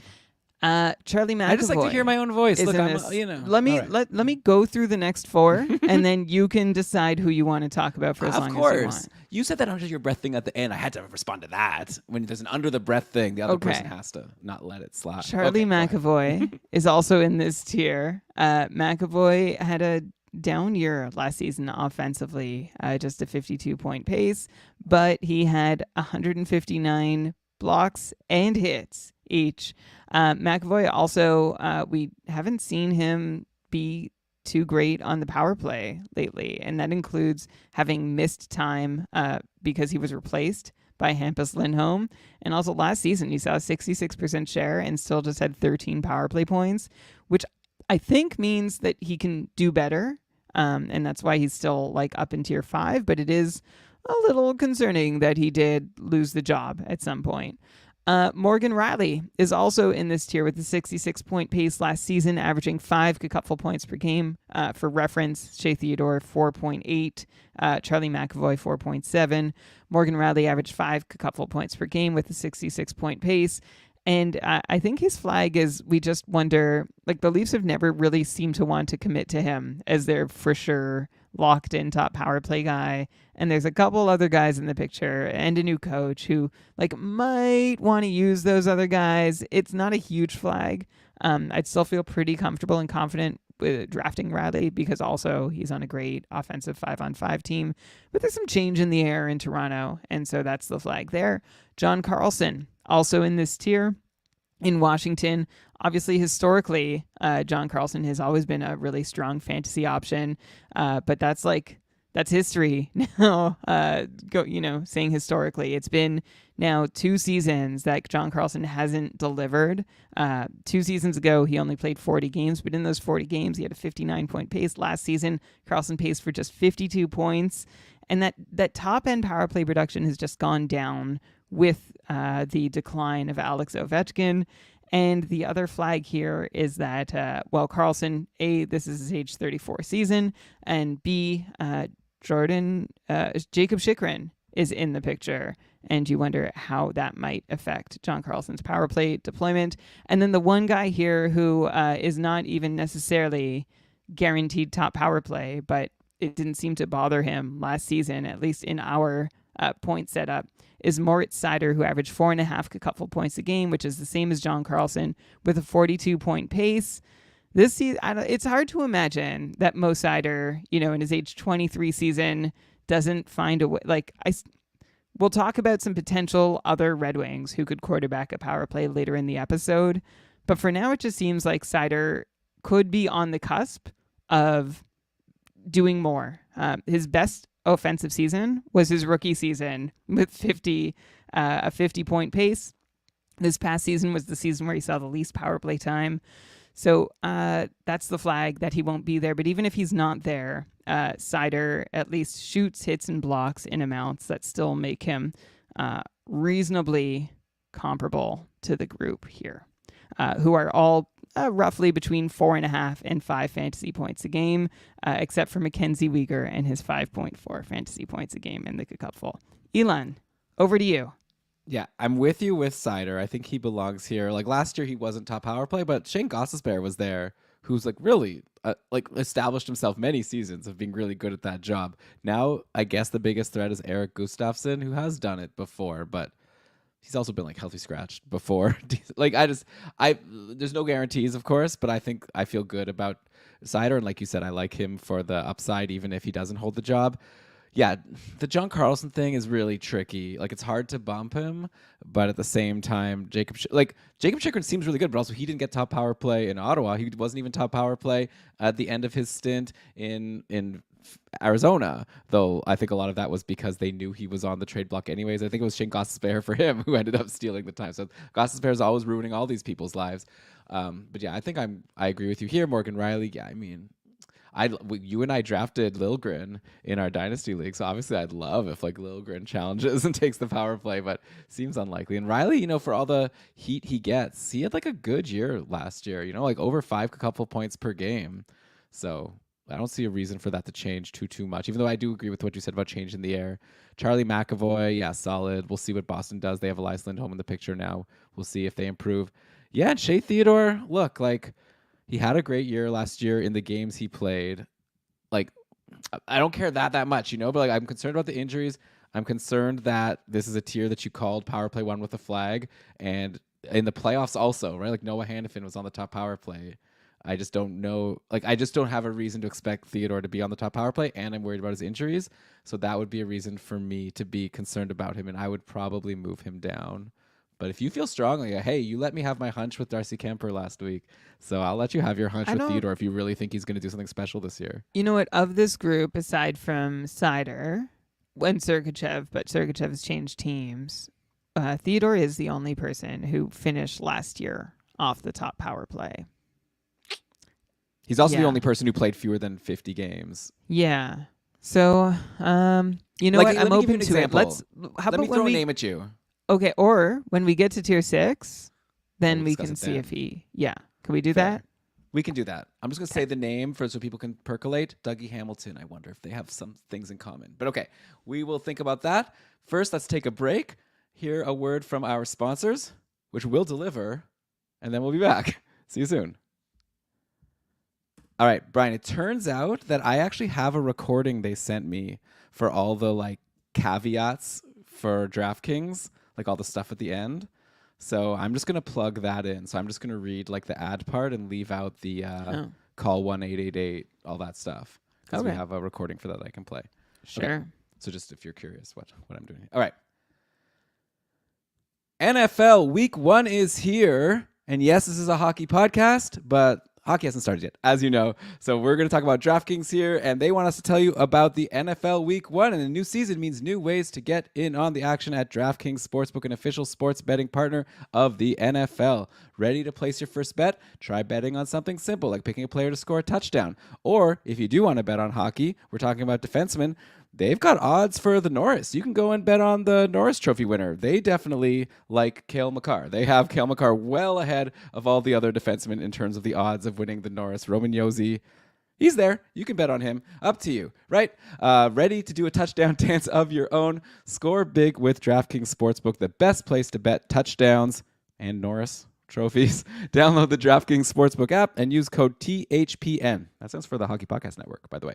So code THPN, that's code THPN for new customers to get $250 in bonus bets when you bet just $5 and get 1 month of NFL Plus Premium on us. Only on DraftKings. The crown is yours. Then I will edit in that all the phone numbers to call if you have a gambling concern. So over to you. Okay.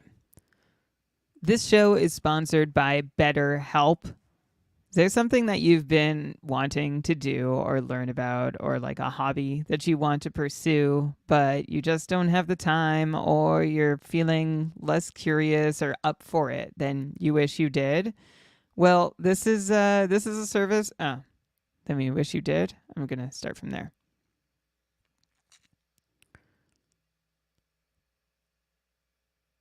Well, BetterHelp wants to help you reconnect with that by offering you links to therapy, which, can help you maybe find ways to cope with all those difficult stresses that are keeping you from doing the things you want to do, and helping you be the best version of yourself. You don't have to have had like an awful life event, or everybody or so many people can benefit from therapy. So this is one option for you that BetterHelp is happy to provide for you. And if you're thinking of starting therapy, give BetterHelp a try. It's entirely online, designed to be convenient, flexible, and suited to your schedule. All you need to do to get started is fill out a brief questionnaire to get matched with a licensed therapist, and you can switch therapists at any time for no additional charge. Rediscover your curiosity with BetterHelp.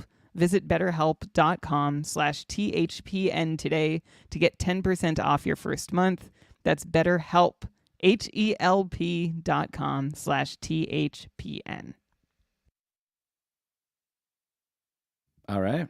So let's get back. I guess I'll go back into the show now.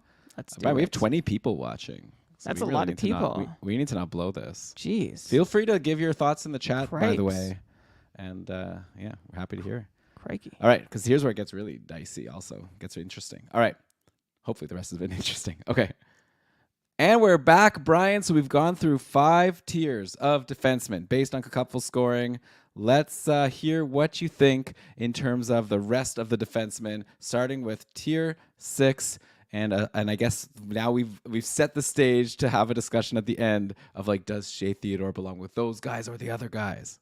All right, so this is a group tier 6, where tier 5 were like top power play with a flag. Tier 6 has either players who might be challenged or have their upside capped. It's actually like it's a potpourri of various ways to, but still be offensive. And you're wondering where those peripherals guys, they're coming. All right, they're coming. But for now, we're still looking at basically a mix of guys who have something blocking their path to having the same kind of upside that players in tier 5 did. It doesn't mean they won't overcome those obstacles, but it means that we just wonder a little more about them. I'll kick off tier 6 with Brandon Montour over in Seattle. He's here. I mean, we've seen him be incredible on the power play. We've seen him then struggle for half a season on the power play, or more than half a season, actually. Last year, in 66 games, he had just 33 points. That's a half a point per game pace. His shots were like still good, but it just the spark wasn't there for Montour in Florida last season as it had been the year before. But we were so convinced the year before that he had something, and I think Seattle is also convinced, which is interesting because they had a perfectly serviceable top power play quarterback already in Vince Dunn. And so we don't really know exactly how time is going to be split between Montour is done, but Montour is here because I expect him to start the season on the top power play and find a chance to rekindle that spark that he had a couple seasons back in Florida. Also in Tier 6, we have Seth Jones in Chicago, who has a long and storied history of disappointing his fantasy owners over the last several seasons. There's been a lot of, but can he do better? And he hasn't done better. Going back the last 6 seasons, Seth Jones has been under 50 points in all of them but one, paced for less than 50 points in one, paced for less than 45 points in all of them but 2. So in 4 of his last 6 seasons. Really doing not a whole lot for you, except taking shots. He's taking 2.5 shots a night. And last season, this is crazy. I've never seen somebody who has quarterbacked a power play for 2 seasons and has only 21 points to show for it with the man advantage. The trick is to play for Chicago. So that's it. That Chicago's power play 1 is like a power play 3. But now, this year, could actually be looking more like a power play 1, another year older of Connor Bedard. They've added some reinforcements beyond Bedard in Chicago as well. And so maybe this season is a season that Seth Jones can overcome that sort of replacement level 4 fantasy points per game in the cupful where you're like, I can't, I wish I could drop him, but I can't quite get all the way there and actually make himself offensively valuable. Drew Doughty is also in Tier 6, and you're seeing the mix that we have here in this tier because Drew Doughty is he's probably going to be top power play again, but Drew Doughty actually averaged the same cupful fantasy points per game last season as Seth Jones, and Doughty also has this sort of history of disappointing us as well on an LA team that is getting better and where a top power play quarterback should thrive. He's done okay on the top power play, but overall at 5-on-5, the numbers also haven't been coming. Drew Doughty for 3 of the last 4 seasons has taken less than 2 shots per night, which is a change from the 2.5 shots per night that he was getting before that. So Drew Doughty is just somebody who's in a spot to produce, but it's been a while since we've seen him really use that spot effectively. He did it once in 21-22. He had a 65-point pace, but that's the one exception in the last 6 seasons. The rest have been more or less pedestrian. Elon, I'll pause there halfway through Tier 6. Do you want to comment on Montour, Jones, or Doughty? Yeah, we have a couple fun questions in the chat here. Schwab Squad saying that Doughty, he doesn't see the threat. I think, what you're saying, Brian, I think kind of answered it with, maybe Drew Doughty is a sure thing top power play guy, probably Seth Jones as well. Maybe there's a threat of Kevin Korchinski in Chicago. Maybe there's a threat of Brant Clark in LA, but probably not. But at the same time, even with top power play, like you said, these guys have Drew Doughty just has been the same for a while now. He's, similar age as Roman Josi. I don't expect him to be getting better at this point. Hopefully just staying the same. I'll be really surprised if Drew Doughty jumps up to the levels that we're expecting from, a Sergachev or a John Karlsson or Morgan Riley, these guys we talked about in the last tier. We had a question also from Taylor saying, who are we thinking is on the Chicago top power play? Look, there's some fun options here, right? Brian loves Taylor Hall. I love Teuvo Teravainen, so let's put them both there. For the record, Taylor Hall is not the first player I would have mentioned. You've got Teravainen, Bedard, Bertuzzi, and Seth Jones, and that's we could even stop there. And Khrushchev was good last year. Oh, no, for sure, but I'm saying, even with just that, we don't even, those, I think those are good enough pieces that you don't even need to worry about the 5th piece, but there are 5th pieces. You've got Hall, you've got Khrushchev. Mikheyev has spent time on a top power play before, not at great length, but he's been there. Yeah. I think, honestly, these 3 guys make sense. I don't see any of them, Montour, Jones, or Doughty, having, upside to, break into the higher tiers, but I think they also have pretty high floors. I guess Montour, obviously new team, who knows, but they're paying $7 million for 7 years. You'd expect that they're going to give him a lot of opportunity to get points because they don't want to look bad. So, and Montour's a good player. Don't get me wrong. I think actually the next couple are the most interesting in this tier because they're I think we're going to get to a couple guys who arguments could be made that they could be higher. But of course, nothing's a guarantee. But I think these 3 so far are just they make sense. I don't think Jones, Doughty, or Montour is going to stink, and I don't think Jones, Doughty, or Montour is going to win anyone their league. Yeah. So like I'm with you. They're guys that like I'd be happy to grab on draft day, but I wouldn't be like really expecting top power play or like top defensemen in on my roster production from them. Three other guys who I think also you might be happy with on your roster, but you don't want leading the way, rounding out tier 6. One is Brock Faber, who had a really incredible stretch last season, right? And I don't want to take anything away from Brock Faber and what he did, but at this moment, he's just he's not a huge peripherals guy.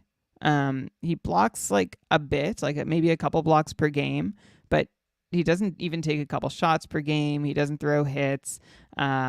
He's just not a very like active on the score sheet sort of player, except when he is quarterbacking a power play. Like that's how he has points. He ended the season with a string of 2 and 3 shot games. That was promising. That's the most shooting we saw from him most of the year. And we saw points come with that. So I'd like to see more of that Brock Faber through next season. But until we see an extended stretch of Brock Faber and like we're going to see different from him. He's entering his age 22 season. And I'm hoping he can take a step forward. But until he takes that step forward, I'm not sure I can consider him someone who is going to be much different than, say, Drew Doughty. It's like, yeah, you're going to be in a good position on the power play. You've got a chance to put up points, but you're not really filling the stat line in any other way. And then the other 2 spots go to 2 guys who do have something in common, and they might be the 2 closest linked players on this list. That's Dougie Hamilton and Chris Letang. Dougie Hamilton, this is a big fall for him, right? Having lost his top power play spot to Luke Hughes last year. He still shoots a ton. He did in the 20 games he played, still managed to pace for 66 points. And I think the production is still there. Like even the Devils at 5-on-5, playing big minutes with them is going to offer a lot of offensive opportunity. So I still like Dougie Hamilton. And that's why I've got Chris Letang up here too, although he is older than Dougie Hamilton and maybe like maybe he's a little flaggier than Hamilton is. But last season, Letang had a 51-point pace, seeing some power play time. The Penguins were trying new things. I'm not sure exactly what the top unit will look like next year. Even when he did get a turn on the top unit last season, Letang wasn't able to do anything with it. Just 5 power play points in 82 games for Letang, which is just like wild, right? Even from the second unit, you would have expected 6 or 7 more power play points. But just that Penguins power play was a mess all around last season. And I hope that Letang can at least get into the double digits range again. And if he does, I still think, you can be happy with him as your second or third, not second, more like third defenseman. But that's what I think describes this whole list. So rounding out tier 6, I'll name them all. And then Elon, you can comment on anyone you haven't yet. We've got Brendan Montour, Seth Jones, Drew Doughty, Brock Faber, Dougie Hamilton, and Chris Letang. How does this sound to you? Okay, so let me just go through the names here. That you discussed. I'm with you on all of them. Okay, but Brock Faber, he has upside, but also don't forget there was a long stretch last season where Jared Spurgeon was injured. I don't want to say Jared Spurgeon is going to be a sure top power play guy, but he was before. The plan going into the year wasn't for Brock Faber to take that job. He had it because Spurgeon was injured. So I do think there potentially is some limit to we don't know for sure that Faber's even going to be power play 1 all season. And like you said, even when he was there, he was really solid and a great surprise and a really good IRL player. But I don't know what the fantasy upside is here. So I think he fits here. Also someone that's a solid pick, but not someone I'm going to expect to push to be much higher. Chris Letang, I guess you got to put him here. I don't know. I think you can make an I'd probably actually put him down now that I think about it. Yeah. I agree. When I say it out loud, I don't think he fits, even if he does get some of those power play points back. I think he fits better. I'm looking at Jacob Chychrun in the next tier, and maybe that seems more similar. That's where he belongs. Okay, let's move it. Letang, you're out of here. Okay, Dougie Hamilton's the interesting one. So Santo Mana here in the chat is pushing hard for Hamilton and saying we're blowing it here. Look, the risks are obvious. He might not be top power play. It seems like Luke Hughes has that job. And of course, he's coming back from this torn pec injury that kept him out so long. The latest is that he's 100% healthy, but obviously they're going to say that. Like, is he the same guy? Like, does he have the same skills? Because Santo is saying here, he had 3 shots per game last year, even without power play one. We're talking about 3 shots per game, 55 plus point guy. How is that person not at least in tier 5 with like a Mike Matheson, whatever, Moritz Seider? Then he said he had 8 power play points in 20 games last year, and that was on the second power play. So like lots of good reasons to be like the upside for Hamilton is like very big, even if he's not on top power play. The concerns are like, yeah, it's mainly the fact that this injury and like I guess we people were like maybe you shouldn't have been so hard on Vasilevsky last week. Last week, Vasilevsky we moved out of tier 1, put him in tier 2. So I don't think we were too hard on him. But yeah, like a little concern.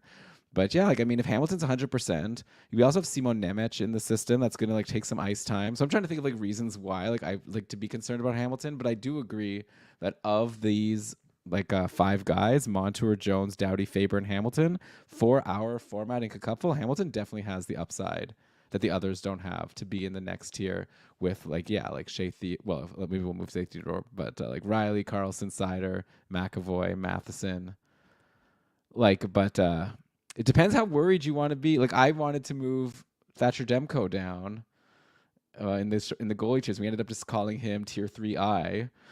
Do we do the same thing with Dougie Hamilton and move him down? or do we call him like tier 6I? Demko had a partner in Sorokin, so that made it easy. Like, we don't want to have like bespoke, like putting individual guys in tiers sort of defeats the purpose. So I've moved Shea Theodore for what it's worth into tier 6. Oh, I agree that Hamilton has like bigger upside. Like it's basically pick your flavor of risk here. Right? Because all these guys are here for different reasons, and it's not quite apples to apples in comparing them. They all have, I think, a bigger reason to worry than anyone does in tier 5. I agree that Dougie Hamilton, even off the top power play, could have a strong season. Santo in the chat was saying, yeah, but Hamilton had like 8 power play points in 20 games. 4 of them were goals. Those 4 goals were like, that's actually like his like 3rd highest single season goal total on the power play, or 4th like in his career. Like he doesn't do that often. So I'm not sure that was necessarily sustainable, but I also like the point is well taken. Like he had a 40-point season when he started in New Jersey, then a 74-point pace, and then a 60-point pace over 20 games last season. So I don't know. Dougie Hamilton is just really hard to put. But I think looking at tier 5, I would prefer Sergachev. Like if they were all on the board, I would prefer Sergachev, Matheson, Karlsson, Weegar, McAvoy, Riley, John Karlsson, and Mo Seider to Dougie Hamilton. And that's the purpose of tiering, right? Like I'll take Hamilton when those guys are gone. I think I'll disagree. And also I'm looking at like the mock ADPs, and like a lot of the patrons do disagree with us. And that's allowed, right? We're allowed to have our own, we don't have to agree with them. Yeah. But I think I'm starting to lean moving Hamilton up a tier and just hope that, because yeah, it's like how much weight should we put into like, oh, he's just not as good anymore. Like we don't know. Like the quote from the coach is he's 100% healthy. So I think all the reasons of like, even if he's on the top power play, it seems like he should still put up the points of Moritz Seider. Right. So basically we're saying, so you're trying to say that like Mo Seider, he doesn't need to be on the top power play for us to find him valuable. Because like all the other guys in get that 3 tier points. Are. Yeah. As long as he's going to get 3 shots per game and get like 50, 55 points. If we think that's what he's going to do, which I think is reasonable, maybe I shouldn't just let myself be like, I'm just worried he's like not as good because of the injury. Like, yeah. You're right. Have to have an example of that. There's not like a really long history of him not producing. But of course, like Pacioretty came in last year after missing a long time and was nothing. But like also like Pacioretty's a lot older. Yeah, let's give Hamilton a chance. Let's get Hamilton a chance in a higher tier. And do you know what? I love I how was we're reading giving him a chance. those names before, like when I got to Morgan Riley and John Karlsson, I was starting to think like, like I could consider Dougie Hamilton alongside them. Santo, convinced. Done. All right. I appreciate having patrons in here that will call us out and give us their strong opinions. I'm convinced. Good arguments in here. So Shea Theodore and Dougie Hamilton trade places. Okay. Even though, they're pretty close and they're full points per game. But not all right. Once Hannafin arrived. Welcome to Tier 7, everybody. Tier 7th heaven. Out of, I think we're at 10 tiers. All right, so let's keep rolling here. Except except you have 7A, 7B, and then 8A. Yeah, okay. 8B. All right, it's misleading. We've got more than you think left. Here we go. Tier 7 is where we finally say, okay, look, maybe it's time to look past offense and look at those steady floor players who are going to give you some peripherals. You can feel good about them. They're reliable. They're repeatable. At least we hope they are. And look at them instead of chasing points.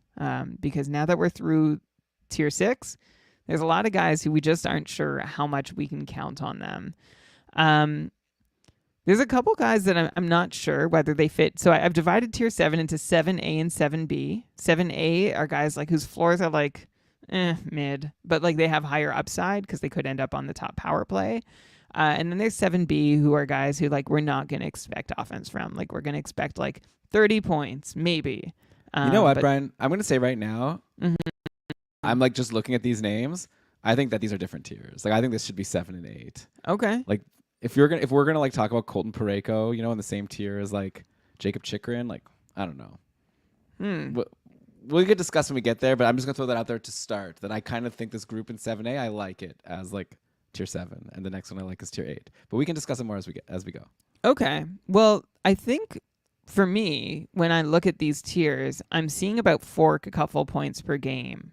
And it's just a matter of how they're going to get it, and which guys are going to reliably get you those a couple points per game, and which guys are going to like get you like 1 point for 4 games in a row, and then like 8 points for 2 games in a row. Maybe this is just me like preemptively arguing against Colton Parayko. Against Colton Parayko. What? I knew when I put Parayko in there that you would. The next opportunity to slot him in seemed. You know what? I'm gonna move him now. All right, Parayko's out. Parayko's got down to tier 8B. Though Taylor is saying now Parayko could easily be top power play in St. Louis if fall. But like, come on, but they've had that option so much. Yeah, they've had other chances. He's never even been close. Although Perunovic, I feel like also is like not about to be handed chances. We'll get there. We'll get there okay. Actually extremely soon. All right, soon. Let's do 7A, which Here might now just be tier 7. But okay. No, I agree with you. No, this is just 7A. So. I'm sorry, I forgot that I had already agreed with you. Yeah, so these are guys that are go. We have some tandem situations in tier 7A. Here they are. We've got Thomas Chabot and Jake Sanderson, both of whom don't blow anyone. They don't knock anyone's socks off in terms of peripherals. Chabot has a better history of taking shots, but also those shots might come partially on the power play, which he might have less opportunity. Once again, the Sens power play situation is a little cloudy heading into camp and the season. So for that reason, we're sort of just splitting the difference between Chabot and Sanderson as low peripherals players who have a chance to produce more.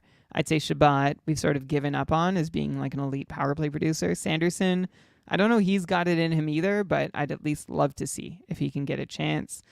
We also have another tandem in Alex Pietrangelo and Noah Hannafin in Vegas, both of whom I think have a reasonably similar chance of seeing power play time.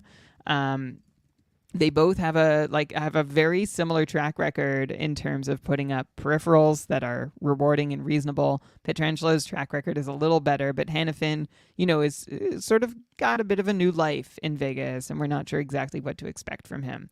So they're here together as well. In Florida, we have Aaron Ekblad and Gustav Forsling as both options who could, like Forsling can put up a bunch of shots.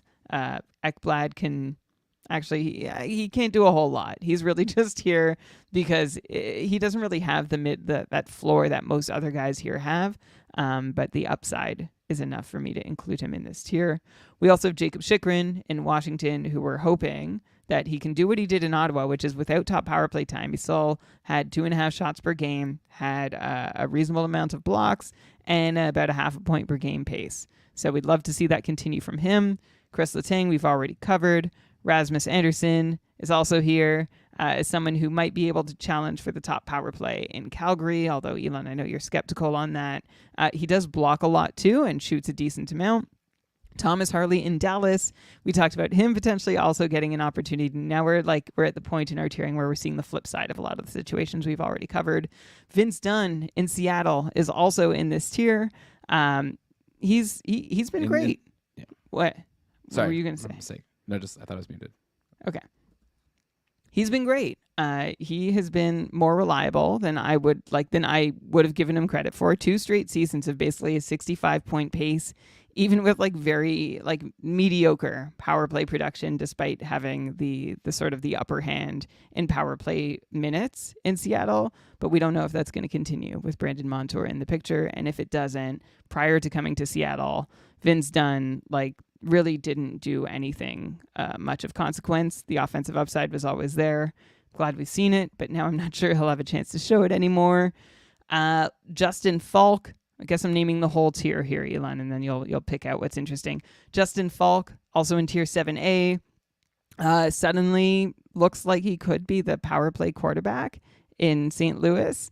There's a couple other options. You've got Broberg, you've got Perunovich, you've got Nick Leddy, Colson Parayko. There's a bunch of guys who I feel like we're not going to see there, but so it must be Falk. But even if it is Falk, I'm not sure exactly what kind of upside he has, because even with top power play deployment, he hasn't been the most impressive kind of player. And then rounding out this tier, we finally get to our last power play 1 quarterback the last power play 1 quarterback that we think we're confident is going to have that job. And that's Luke Hughes, who last season had 25 power play points in 82 games as a rookie.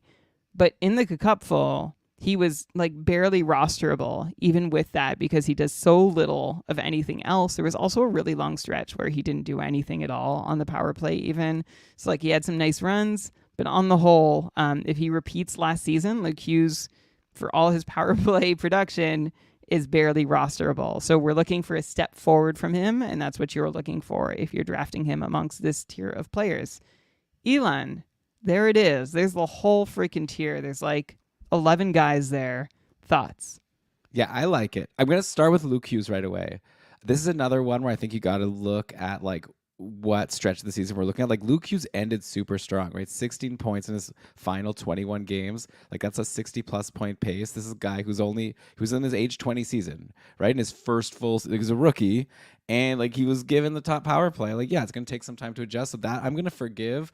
And I think this is someone who, I remember we talked about him on the podcast near the end of the year last year when he was on one of those hot streaks at the end. We were I don't think this could be 2-3 years from now. He's tier 2, he could skyrocket up there. He's going to have to do more with peripherals to really make it up there. But if you're quarterbacking the top power play with those guys in New Jersey, Jack, and by the way, look at Jack Hughes' career. His first few seasons weren't even that great, and then he exploded. So yeah, I just think that the upside is there, and it could be this year, assuming he's holding top power play. I expect if he could just keep up what he was doing in the last quarter of last season, we're talking about a 60-point guy and not the 50-ish point guy that he ended up with, which is a big difference. And then, other thoughts? Okay, really quick. So Justin Falk, just seems like a really great opportunity to have a high floor with no Krug in the picture. Dunn, who knows? But yeah, he's been good enough that we can't put him any lower. Florida's fascinating, right? Wait, Elon isn't scoffing if you're drafting Luke Hughes, just Quinn Hughes. Yeah, I'm not Did I say that on the show or in the pre-show? I said that on the show. You said it on the show. And then you said I was a bad person. Right, yeah. Well, you went beyond scoffing. I will say, by the way, because this is probably a common mistake, I'd imagine. Scoffing to judging. Taylor spelled my name Elon, like Elon Musk. Just want to correct that that's not how my name is spelled. Just, it's Elon with an A. So just want to separate myself from the other one. So throwing that out there. But okay. The Florida situation is really fascinating. This is a team with Matthew Tkachuk, Barkov, this incredible top power play. Reinhardt, the top power play quarterback could be huge. We just have no idea who it'll be, which is wild. Could be Ekblad, could be Gustav Forsling. For all we know, it could be Adam Boqvist, who they what did they claim him off waivers, or they signed him after he got waived by Chicago, bought out. So it could be like, honestly, I could see it being any of these guys. I think Gustav Forsling is like, well, and Ekblad. But Forsling has like is really exciting because everyone's like falling over themselves to compliment Forsling like all the time and how incredible he was last year. And all the hipsters are being like, I actually voted for him to win the Norris. I voted for him to win the Conn Smythe. I think he was that good. And it's like, so maybe now Florida's like, buys in. They want to like make themselves seem even smarter for having grabbed him off waivers when they did a few years back by giving him the top power play and actually seeing how high he can go. So this is like a really fun upside guy. But then Aaron Ekblad also like was turning into a stud before he lost the top power play. Like there was like one season where he got top power play and he was like one of the top fantasy options, and then it was taken away from him, and that was that. You brought up Harley. That's like, who knows? But the fact that he already had like a couple of points per game as such a young guy, like, so I love the upside there. He might be behind Heiskanen, but I brought up a potential opportunity to at least get some power play points on PP2. Okay. The one name here, let me throw at you, Brian. Okay, I'll say Chychrun. I'm very intrigued by as someone that maybe he does get a shot on the top power play in Washington. We'll see, right? I think it's possible. And then, Noah Hanifin I think he's the other guy. You said Luke Hughes is the one we're pretty confident. Like, I don't know how you decide how confident you want to be, but like Noah Hanifin was in the top power play on the playoffs, and at the end of the year, and he's locked in for like 8 more years, while I think Shea Theodore is a free agent after this season, if not like 2 seasons. So I think maybe this is just like Vegas is going to shift over to their new plan on the top power play, the guy they just signed to this long-term contract. So I think there's a lot of upside with Hanifin. So yeah, just to let people know the guys who I'm especially excited about in this tier. I'm not going to recommend we change anything, but I do think Hanifin, Chychrun, and maybe like a Forsling, like I could see like potentially like jumping out of this tier. So yeah, that was fun. Is that good? I'm pulling the Brian here. I don't know if I think that's good. I it. think that's great. Like, it's getting a little sloppy in terms of tiering, but like I feel like we are at that part of the draft where you are, again, like it's kind of like tier 6 where there's only 5 options, but each one is its own kind of flavor of danger, and tier 7 is the same. Although, I think the Vegas guys stick out, like Pietrangelo and Hanifin as being good. Harley's someone I'm really curious about because, as you said, he, without power play deployment, had over 4 couple points a game last season, thanks to like pretty steady shooting and blocking, and point getting as well. 47 points last year. It's pretty great. So I'm like, he's someone I'm interested to see if he can keep up that 5-on-5 point production. Looking at like the whatever markers of variance I can see, I don't see anything that really says he shouldn't keep doing that. In fantasy wise, I don't know if fantastic.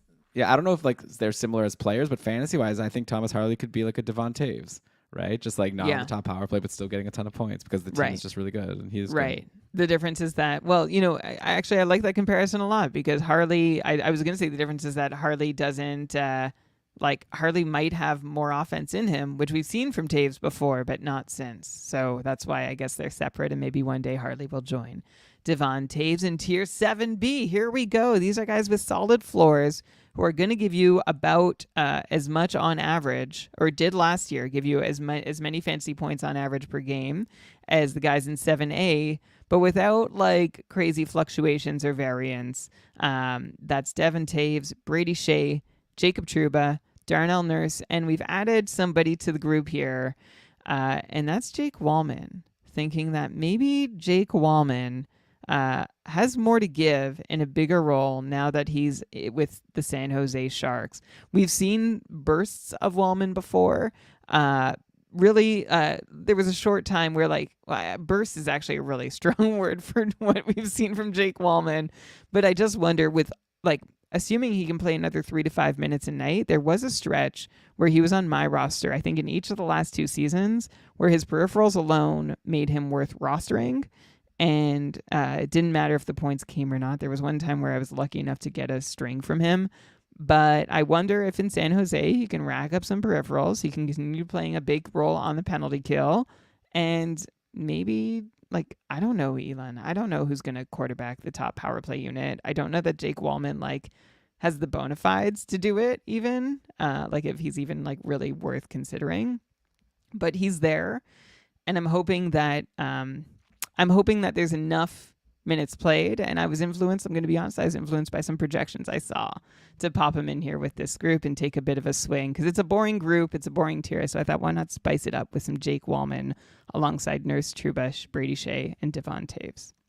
Yeah, I guess the other interesting name here is Brady Shea because he goes to Nashville, and he's definitely behind Roman Josi, but also like Brady Shea, like he's signed to a long-term contract. They obviously see him as a significant piece. He'll probably play a lot, and I'm curious to see what he can do. The problem is, he's just blocked by Josi, so the upside isn't there. But definitely, he could also just turn out to be like a bad contract signing. Like maybe he just fit in really well in Carolina. So that'll be interesting. Yeah, Jake Wallman, I don't know how much more time we should spend on him, but you look at I'll just mention some other defensemen who we expect to crack the lineup in San Jose. They now have Cody Ceci, Mario Ferraro, Vlasic is still there, Jan Ruta. I guess they have like Shakir Makamudilin. I guess they have Shakir Makamudilin and like Henry Thrun and some of these like prospects that maybe could make the team, but they might not even make the team. So yeah, Jake Wallman could end up being like their top offensive defenseman. And and again, San Jose, like Chicago, they're a little different than last year. Like they, first of all, have Macklin Celebrini, and they now have Will Smith, and then they also brought in Tyler Toffoli, and they still have Zetterlund and Granlund, who were good last year, and Eklund. So that's starting to become a group that like maybe four of those forwards can turn out to like be good enough players to have a successful top power play with Jake Wallman as the quarterback. So I think it's a fun swing for sure. Yeah, I'm with you, Brian. That's a fun, boring tier with like one guy that's like somewhat interesting. Who are you drafting first, out of curiosity? I know the whole point with tiering is you're not really supposed to like nitpick, but I'm just curious, like, is there a name here that's like for you, like the for sure guy you're taking first out of Taves, Shea, Trouba, Nurse, Wallman? So I would have said Trouba, but like now that the Rangers like have made it really loud and clear they don't want him, I think I would try Shea. I think I would. That's what I was Shea. thinking too. Yeah, and hope like you said, big investment from Nashville. He'll see big minutes. He wasn't necessarily I don't think he'll see a smaller role than he did in Carolina, and I'm hopeful that he can just keep being his shooty, blocky, hitty self. Yeah. Yeah. I mean, he's Darnell Nurse is going to hits, some. to be honest, don't even really come that much. It's mostly shots, and last season he had 47 points in 80 games, and I think Nashville's deep enough to support some more 5-on-5 production. I don't know if that's kind of crazy. Like I get like Nurse and Trouba are probably the most boring safe picks, the most boring of the boring. Yeah, Nurse like really just keeps on going down in terms of the offense. So he only had 32 points last year, but I guess you'd expect him to keep that up and then have this. Like I don't know, I just expect his minutes to go down as they realize he's like worse and worse. But we'll see. Slim Shady team name from Taylor. That's pretty good. That's pretty good. All right, tier 8, which is also split into A and B. Except this time it's flipped. The offensive guys have the smaller grouping, and the defensive floory guys have the bigger grouping. So let's roll through the offense. It's actually 3 sets of tandems that we don't know who's going to be like the power play 1 guy. We also don't know if there will be a straight up power play 1 guy. And also if there is a power play 1 guy, if any of them are anointed the power play 1 guy, we don't know that they're going to, like, it could be a Luke Hughes or Brock Faber-ish situation where even if they do that, we don't know if we can really expect them to fill a stat line enough to make them worth rostering. So here it is, tier 8A, who are like offense only, power play 1 maybe, but have upside that is mostly unknown, except for one situation. We've got the Anaheim tandem of Olin Zellweger and Pavel Mintyukov, who both were not rosterable in the Cupful last season. We've got the Philly tandem of Cam York and Jamie Drysdale, who were also largely unrosterable in the Cupful last season. And closing out this tier 8A, we have Brent Burns and Shane Gostisbehere, who really stick out here amongst the 4 rookies, the 4 very new NHL players who we really just haven't seen what they have to offer. And now we just have these older guys who we have seen what they have to offer, but we've seen that Brent Burns seems to have less and less to offer. And we don't know how the power play time is going to be split, if it'll be number 1 or 1A or 1B or number 2. And Gostisbehere as the guy who will be splitting that time with him and maybe being used like, I don't know, like Tony DeAngelo was in Carolina last season, where it's like, yeah, you'll get on the power play and then you'll do very little of anything else. So these are guys later on in your draft. If you want to take a swing and hope you strike gold with someone who's going to find, 25 or more power play points, this is one of your last chances to get that. Yeah, and honestly, for the Anaheim and Philly guys, there's like even more competition, right? Like I know we're also over Cam Fowler, but there's still Cam Fowler that could end up getting a significant amount of power play time, potentially over Zellweger and Mintyukov. And then in Philly, they try so many, like Sanheim. Remember there was a stretch last year where Sanheim was getting top power play, and I think Tortorella took him off because they were worried they were using him too much. They were tiring him out, not necessarily because he did a bad job. But I agree with you that I'm hoping Jamie Drysdale, another guy we drafted in our Dynasty League, I'm hoping that he gets the mantle and proves himself to be something good, though I wouldn't bank on it. Those are like really boring options. I think the Anaheim guys are interesting, and I agree with you with the Carolina guys, where Burns Burns was down to like 3.56 a couple points per game last season. He's like turning 40. Like I'd imagine it just gets worse from there. And yeah, Gostisbehere seems like he could just bump him, but also like barely play, like you said. So yeah, these are all pretty much just the Anaheim guys that I'm the most interested in. Like Anaheim is an up and coming team, and if they do hand that power play to one of those guys, that could be like a fun power play with your, Cutter Gauthier and McTavish and Troy Terry, Trevor Zegras. Like obviously, and I'm leaving out even.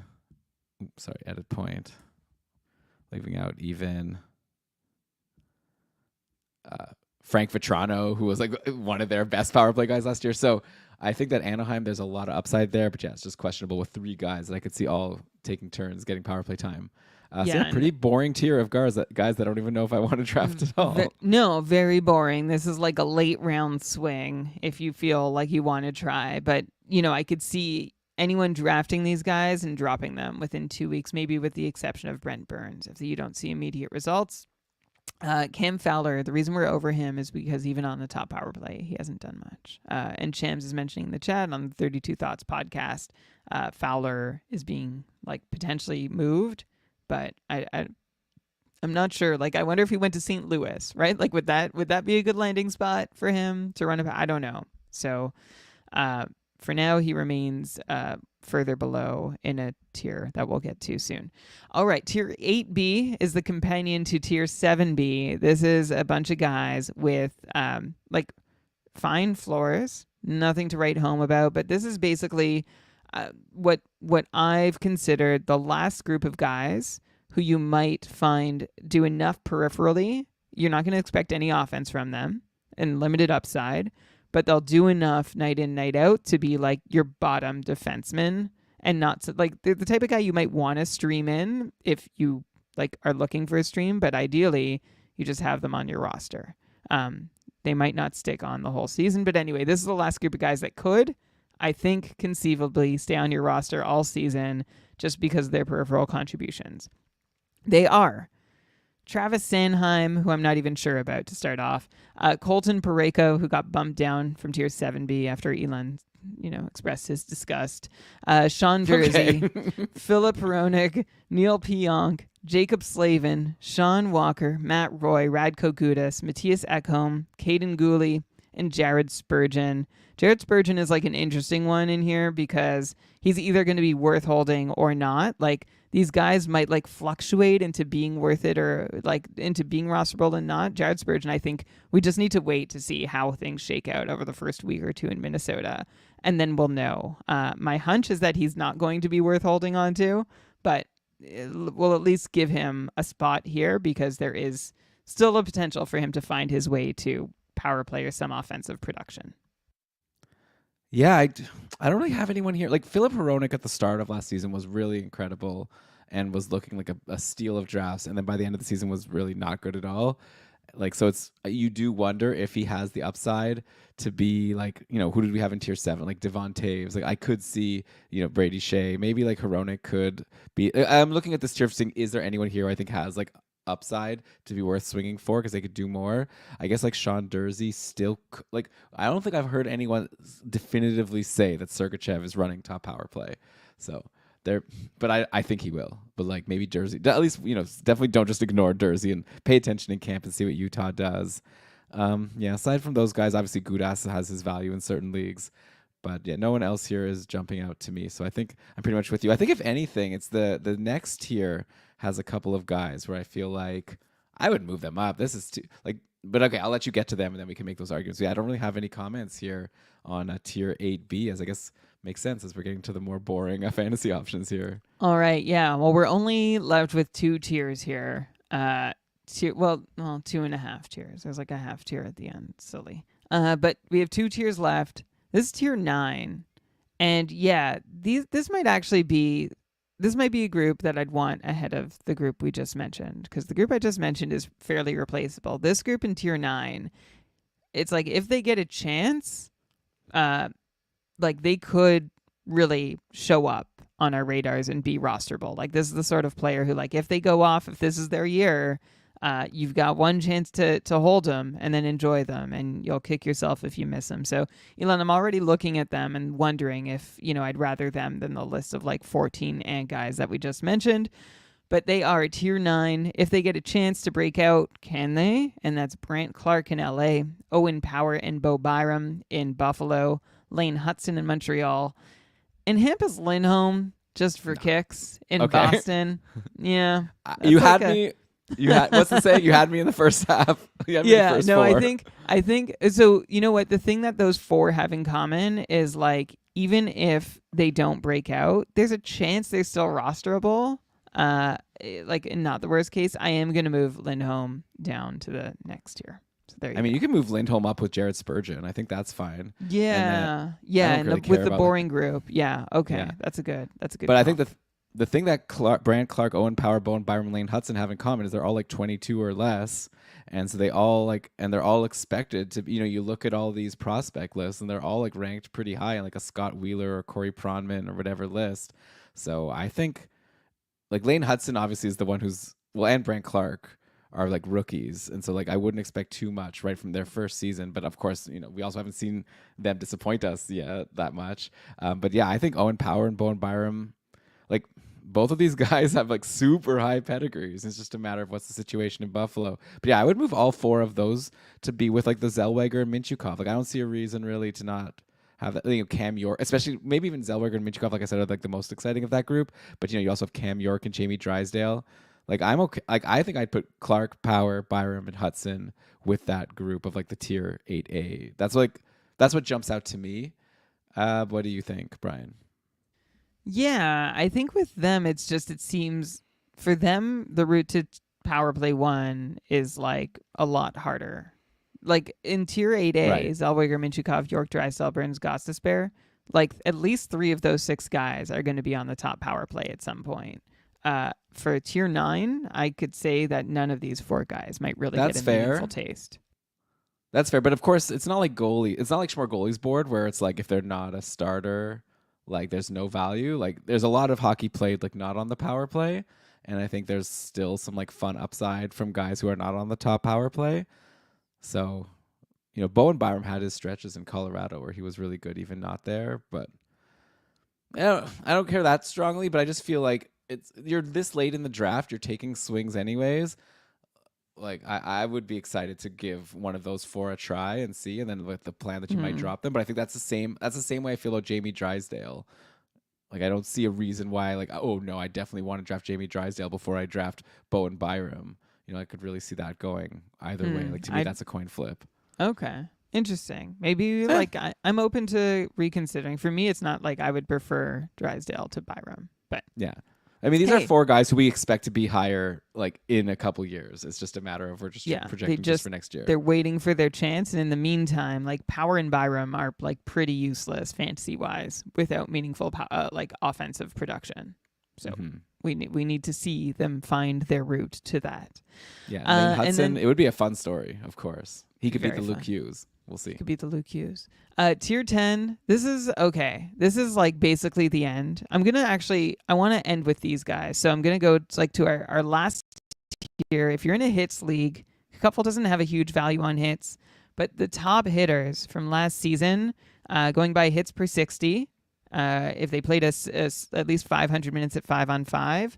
You know what? I should have done all strengths, actually, looking back. But in any case, Jeremy Lauzon, Simone Benoit, Luke Shen, Noah Juleson, Jared Tenorti, and Arbor Chekai. All right? Those are a bunch of hitters. If you're in a hitting league, who might reward you, especially if they play more minutes than they did last year. Some of them don't need to, like Jeremy Lauzon. Elon, do you want to comment on any of those guys before I go to the real last year? No. I think we know Great. what we're getting. I mean, the thing Okay. with Montreal is they just traded one of their defensemen, so maybe like Chekai has an easier way into the lineup, so you could maybe expect the hits to be higher. Like for him, I feel like he'll hit a lot. It's just a matter of if he'll play. I'm excited for one day when both Chekai brothers are both playing a game for Montreal, and they both like combine for like 15 hits or something crazy. I think that'll be really fun. I'll bet you that game's gonna have good ratings. The first game that they're both in the lineup at the same time, if it happens. All right, Brian. So what's the next list here? Here we go. So that was tier hit. It's like an unnumbered tier. This is tier 10. All right, and this is like a big if they get a chance. All right. Otherwise, they're useless. But here's just a bunch of names that there is a universe in which they take on basically a top power play role is what we're looking for from most of them, and do something meaningful with it. All right. Here we go. Okay. So if you're like, oh, but I could do this. This is like your last pick swing or early season waiver wire pickup, or if you see any movement on this guy getting to the top units, like, oh, okay, all right.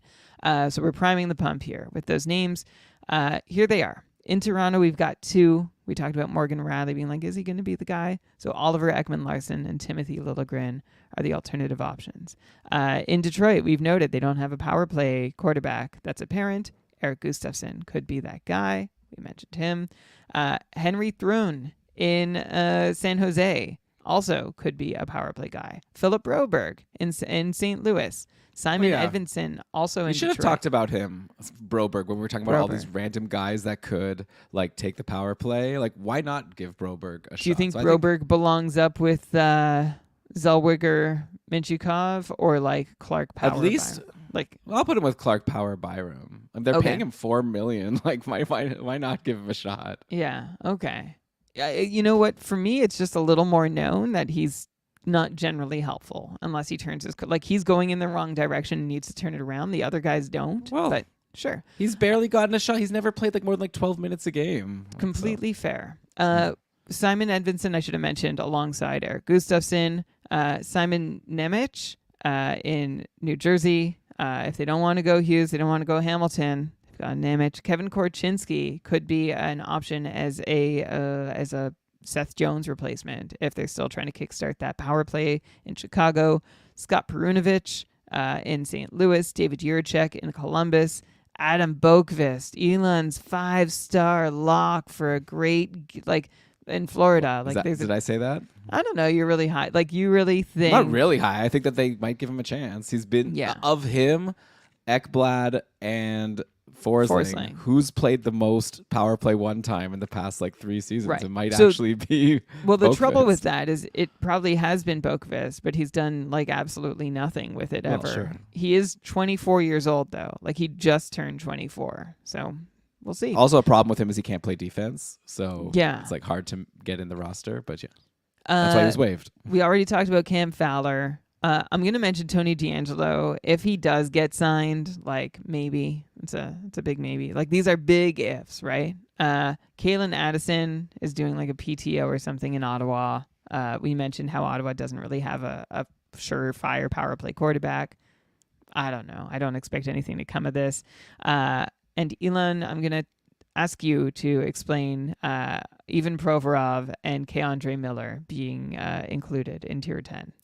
Because that's your work. You think they don't even deserve to be in Tier 10? Well, they don't fit the same profile as these other guys. I think if anything, they're the long list of boring guys we mentioned in Tier 8. I think that Provorov and Keandre Miller should definitely be with Neil Pionk and Jacob Slavin and Sean Walker and Matt Roy. They both had a couple points a game last season. All the other guys I mentioned had 3.5 to 4.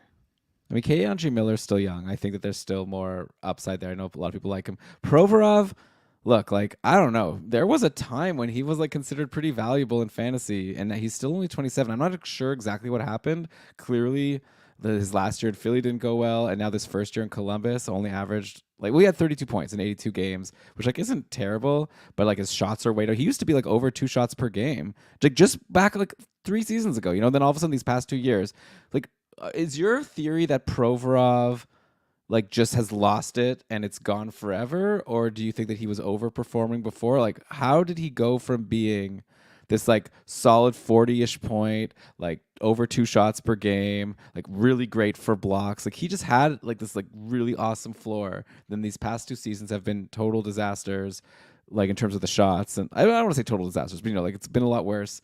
Like, are you like, I just don't see a reason to be like completely out on Provorov. And also, he's like 1 year left in his contract, which means he'll probably get traded at the trade deadline. Like, Columbus obviously is not going to like be going for anything, so he'll probably be a free agent acquisition or like a trade deadline acquisition. I don't know. I still think there's some opportunity for Provorov to go back to being a 40-point guy, like 2 shots per game, which was made him valuable before. Provorov's been 2 bad years, 8 seasons. This is going to be his age 28 season. Yeah, 6 of them were good, and the last 2 were bad. I disagree that 6 of them were good. I think like 2, maybe 3 of them were good. I don't know what metric you're looking at, but I'm looking at his shots. 5 of his 8 seasons have been a 32-point pace or less. So I don't know what it is. I know there was a time where like the pedigree like is like, oh, it's like here comes a guy who does everything. And he didn't do anything at all. Like he took a bunch of shots. That's all he's ever done. And I just don't see much reason for that to change. I don't think Columbus a lot. has enough going for them either to like support many offensively relevant defensemen. I think when we get to whatever it is, March, when the trade deadline happens, and like he gets traded somewhere, I think I'm going to be saying on the show, maybe take a chance on Provorov. And maybe at that point you'll be like, are you freaking kidding me? But like, I think that'll be a fun conversation to have at some point. Like, I'm just surprised he's like fallen this far to be like not even worth mentioning like at all. But whatever. I don't care that much about him.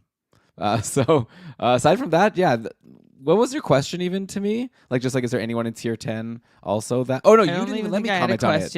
I just said like I have to talk about Provorov and K. You Miller. added 2 guys to it that I don't think fit, and I asked you to they talk don't fit about with that. Tony D'Angelo and they Henry don't. Thrun. Yeah, okay.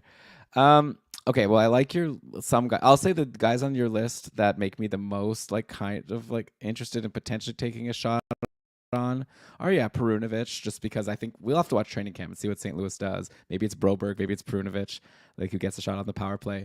I don't think it would be completely out of the question for Korchinski to get a shot in Chicago. Like, he's super young, he's a super high draft pick. I don't know. Anything's possible. But yeah, I guess like at this point, I don't want to end this show on too much of a whimper, so maybe we should just end it here.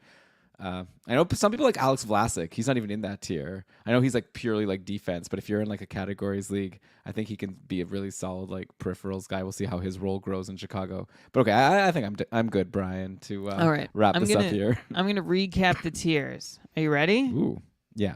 Here we go. And these are the final tiers, right? That we've come up with after some movement.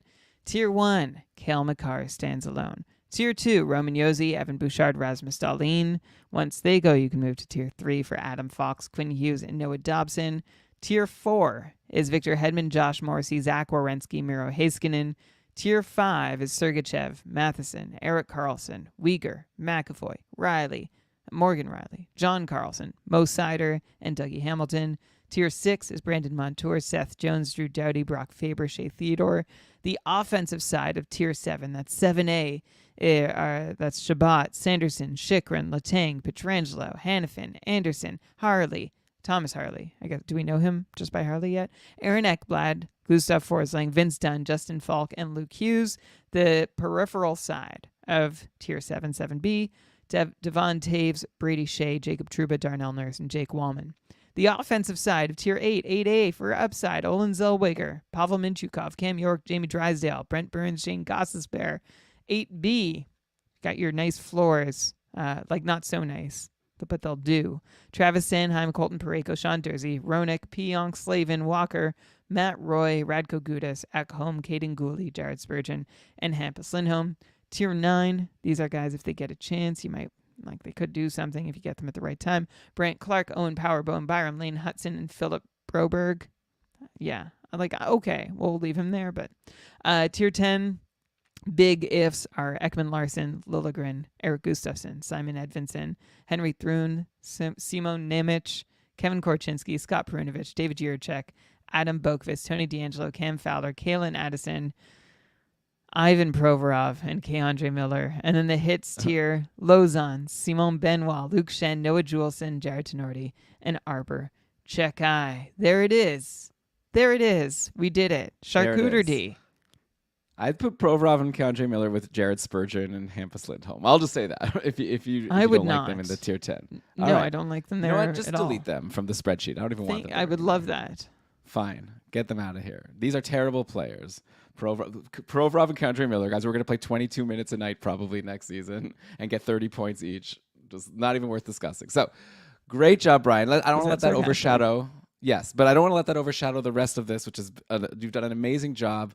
It's a big undertaking, and I think you've come up with a really awesome list here, and I'm glad we were able to discuss it all, and hopefully everyone enjoyed this episode of Keeping Karlsson, where we've now gone 2 weeks in a row making tiers. Next week, we're going to talk projections. We've got Dom Luszczyszyn on the calendar, and he's going to come on, as he does every year, and we're going to talk about the amazing projections and more spreadsheet that gets released on The Athletic. Him and Shayna Goldman created this sheet, and Dom's going to come on, and we're going to, I guess, I don't know, grill him is too strong a word, but discuss some of the projections that we find the most interesting, get his explanations. So it's going to be a ton of fun. Make sure you're subscribed to Keeping Karlsson to get that episode. Oh, duh. Before that, actually, I also have a show scheduled Wednesday. Before next Sunday, Wednesday, I'm going to be getting together with 3 of our Short Shifts friends, Shams and Lewis and Derek, and we're going to be doing our classic annual 1 player per team draft, where we're just going to, each of us are going to draft 32 players. There's a whole format there where like someone picks from a team, and then everyone else has to then pick the rest of the players from that team. That's going to be a lot of fun. That's going to be a points-only draft for next season. So yeah, all the more reason to please. Oh, and there's the reveal of the draft order coming up, like Brian said at the top of the show. Kevin's reminding me in the chat here. So if you're a patron, be excited for that to come on Thursday night. So yeah, just make sure, please subscribe to Keeping Karlsson. That actually really helps us out. It doesn't. So even if you're a patron or not, like I think the least you can do, if you're not a patron, obviously, is to subscribe. Make sure you're downloading our episodes and hopefully listening to them also and enjoying them. And also, hey, I wouldn't say no to a 5-star review to start off the season. If you're in the giving mood, you know, you're already on the internet. Why not head over to Apple Music, wherever you get your podcasts, write a few nice words, help other people find the show, especially if you don't want to tell your league mates. But yeah, we have a big season of Keeping Karlsson ahead. We really want you to hang out with us for the whole ride. It's our bread and butter to go every week and discuss all of the things that are happening and try to give you tips on what you can do to dominate your leagues. But with that, Brian, let's cue the outro music. And why don't you go ahead and read the credits?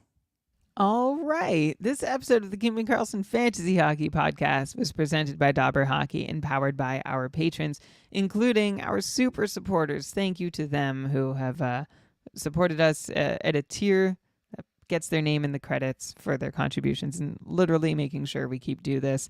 And so that's thanks to Rick, Paul, Roman, Michael, Jordan, Brian, Patrick, Aaron, Philip, Sammy, Andrea, Zach, Tom, Ryan, David, Ricard, and our first ever patron, Patty, who was a patron long before Charcuter-D even existed. Thank you to our Cacuffle coordinator, Kevin Hebert, and our coordination team featuring John. I guess we got to ask John, J Brew in the community, if he wants his full name on here. So thanks. Elon and Shams are still doing the tweets thing at gamedaytweets.com. And that's essential stuff to get ready for the season. Honestly, Elon, we on our Discord server, we have a channel that like auto posts anything new that's been put on Game Day Tweets. So I don't even need to go to the site, although I still do sometimes. There's lots of utility in it. But I get excited when that little light pops up, and I just know it's a matter of time. Like now it's like once every little while, like once every like several times I look at Discord, it's like, oh, look, there's a little light. There's a new message in a Game Day channel. But it's gonna be like Christmas Day soon. Well, yeah. Well, once Yeah. the lines come out, that'll be Oh so my fun when we goodness. actually get line combinations. Oh, I can't wait for the line combinations for the first inter-squad scrimmage of the season.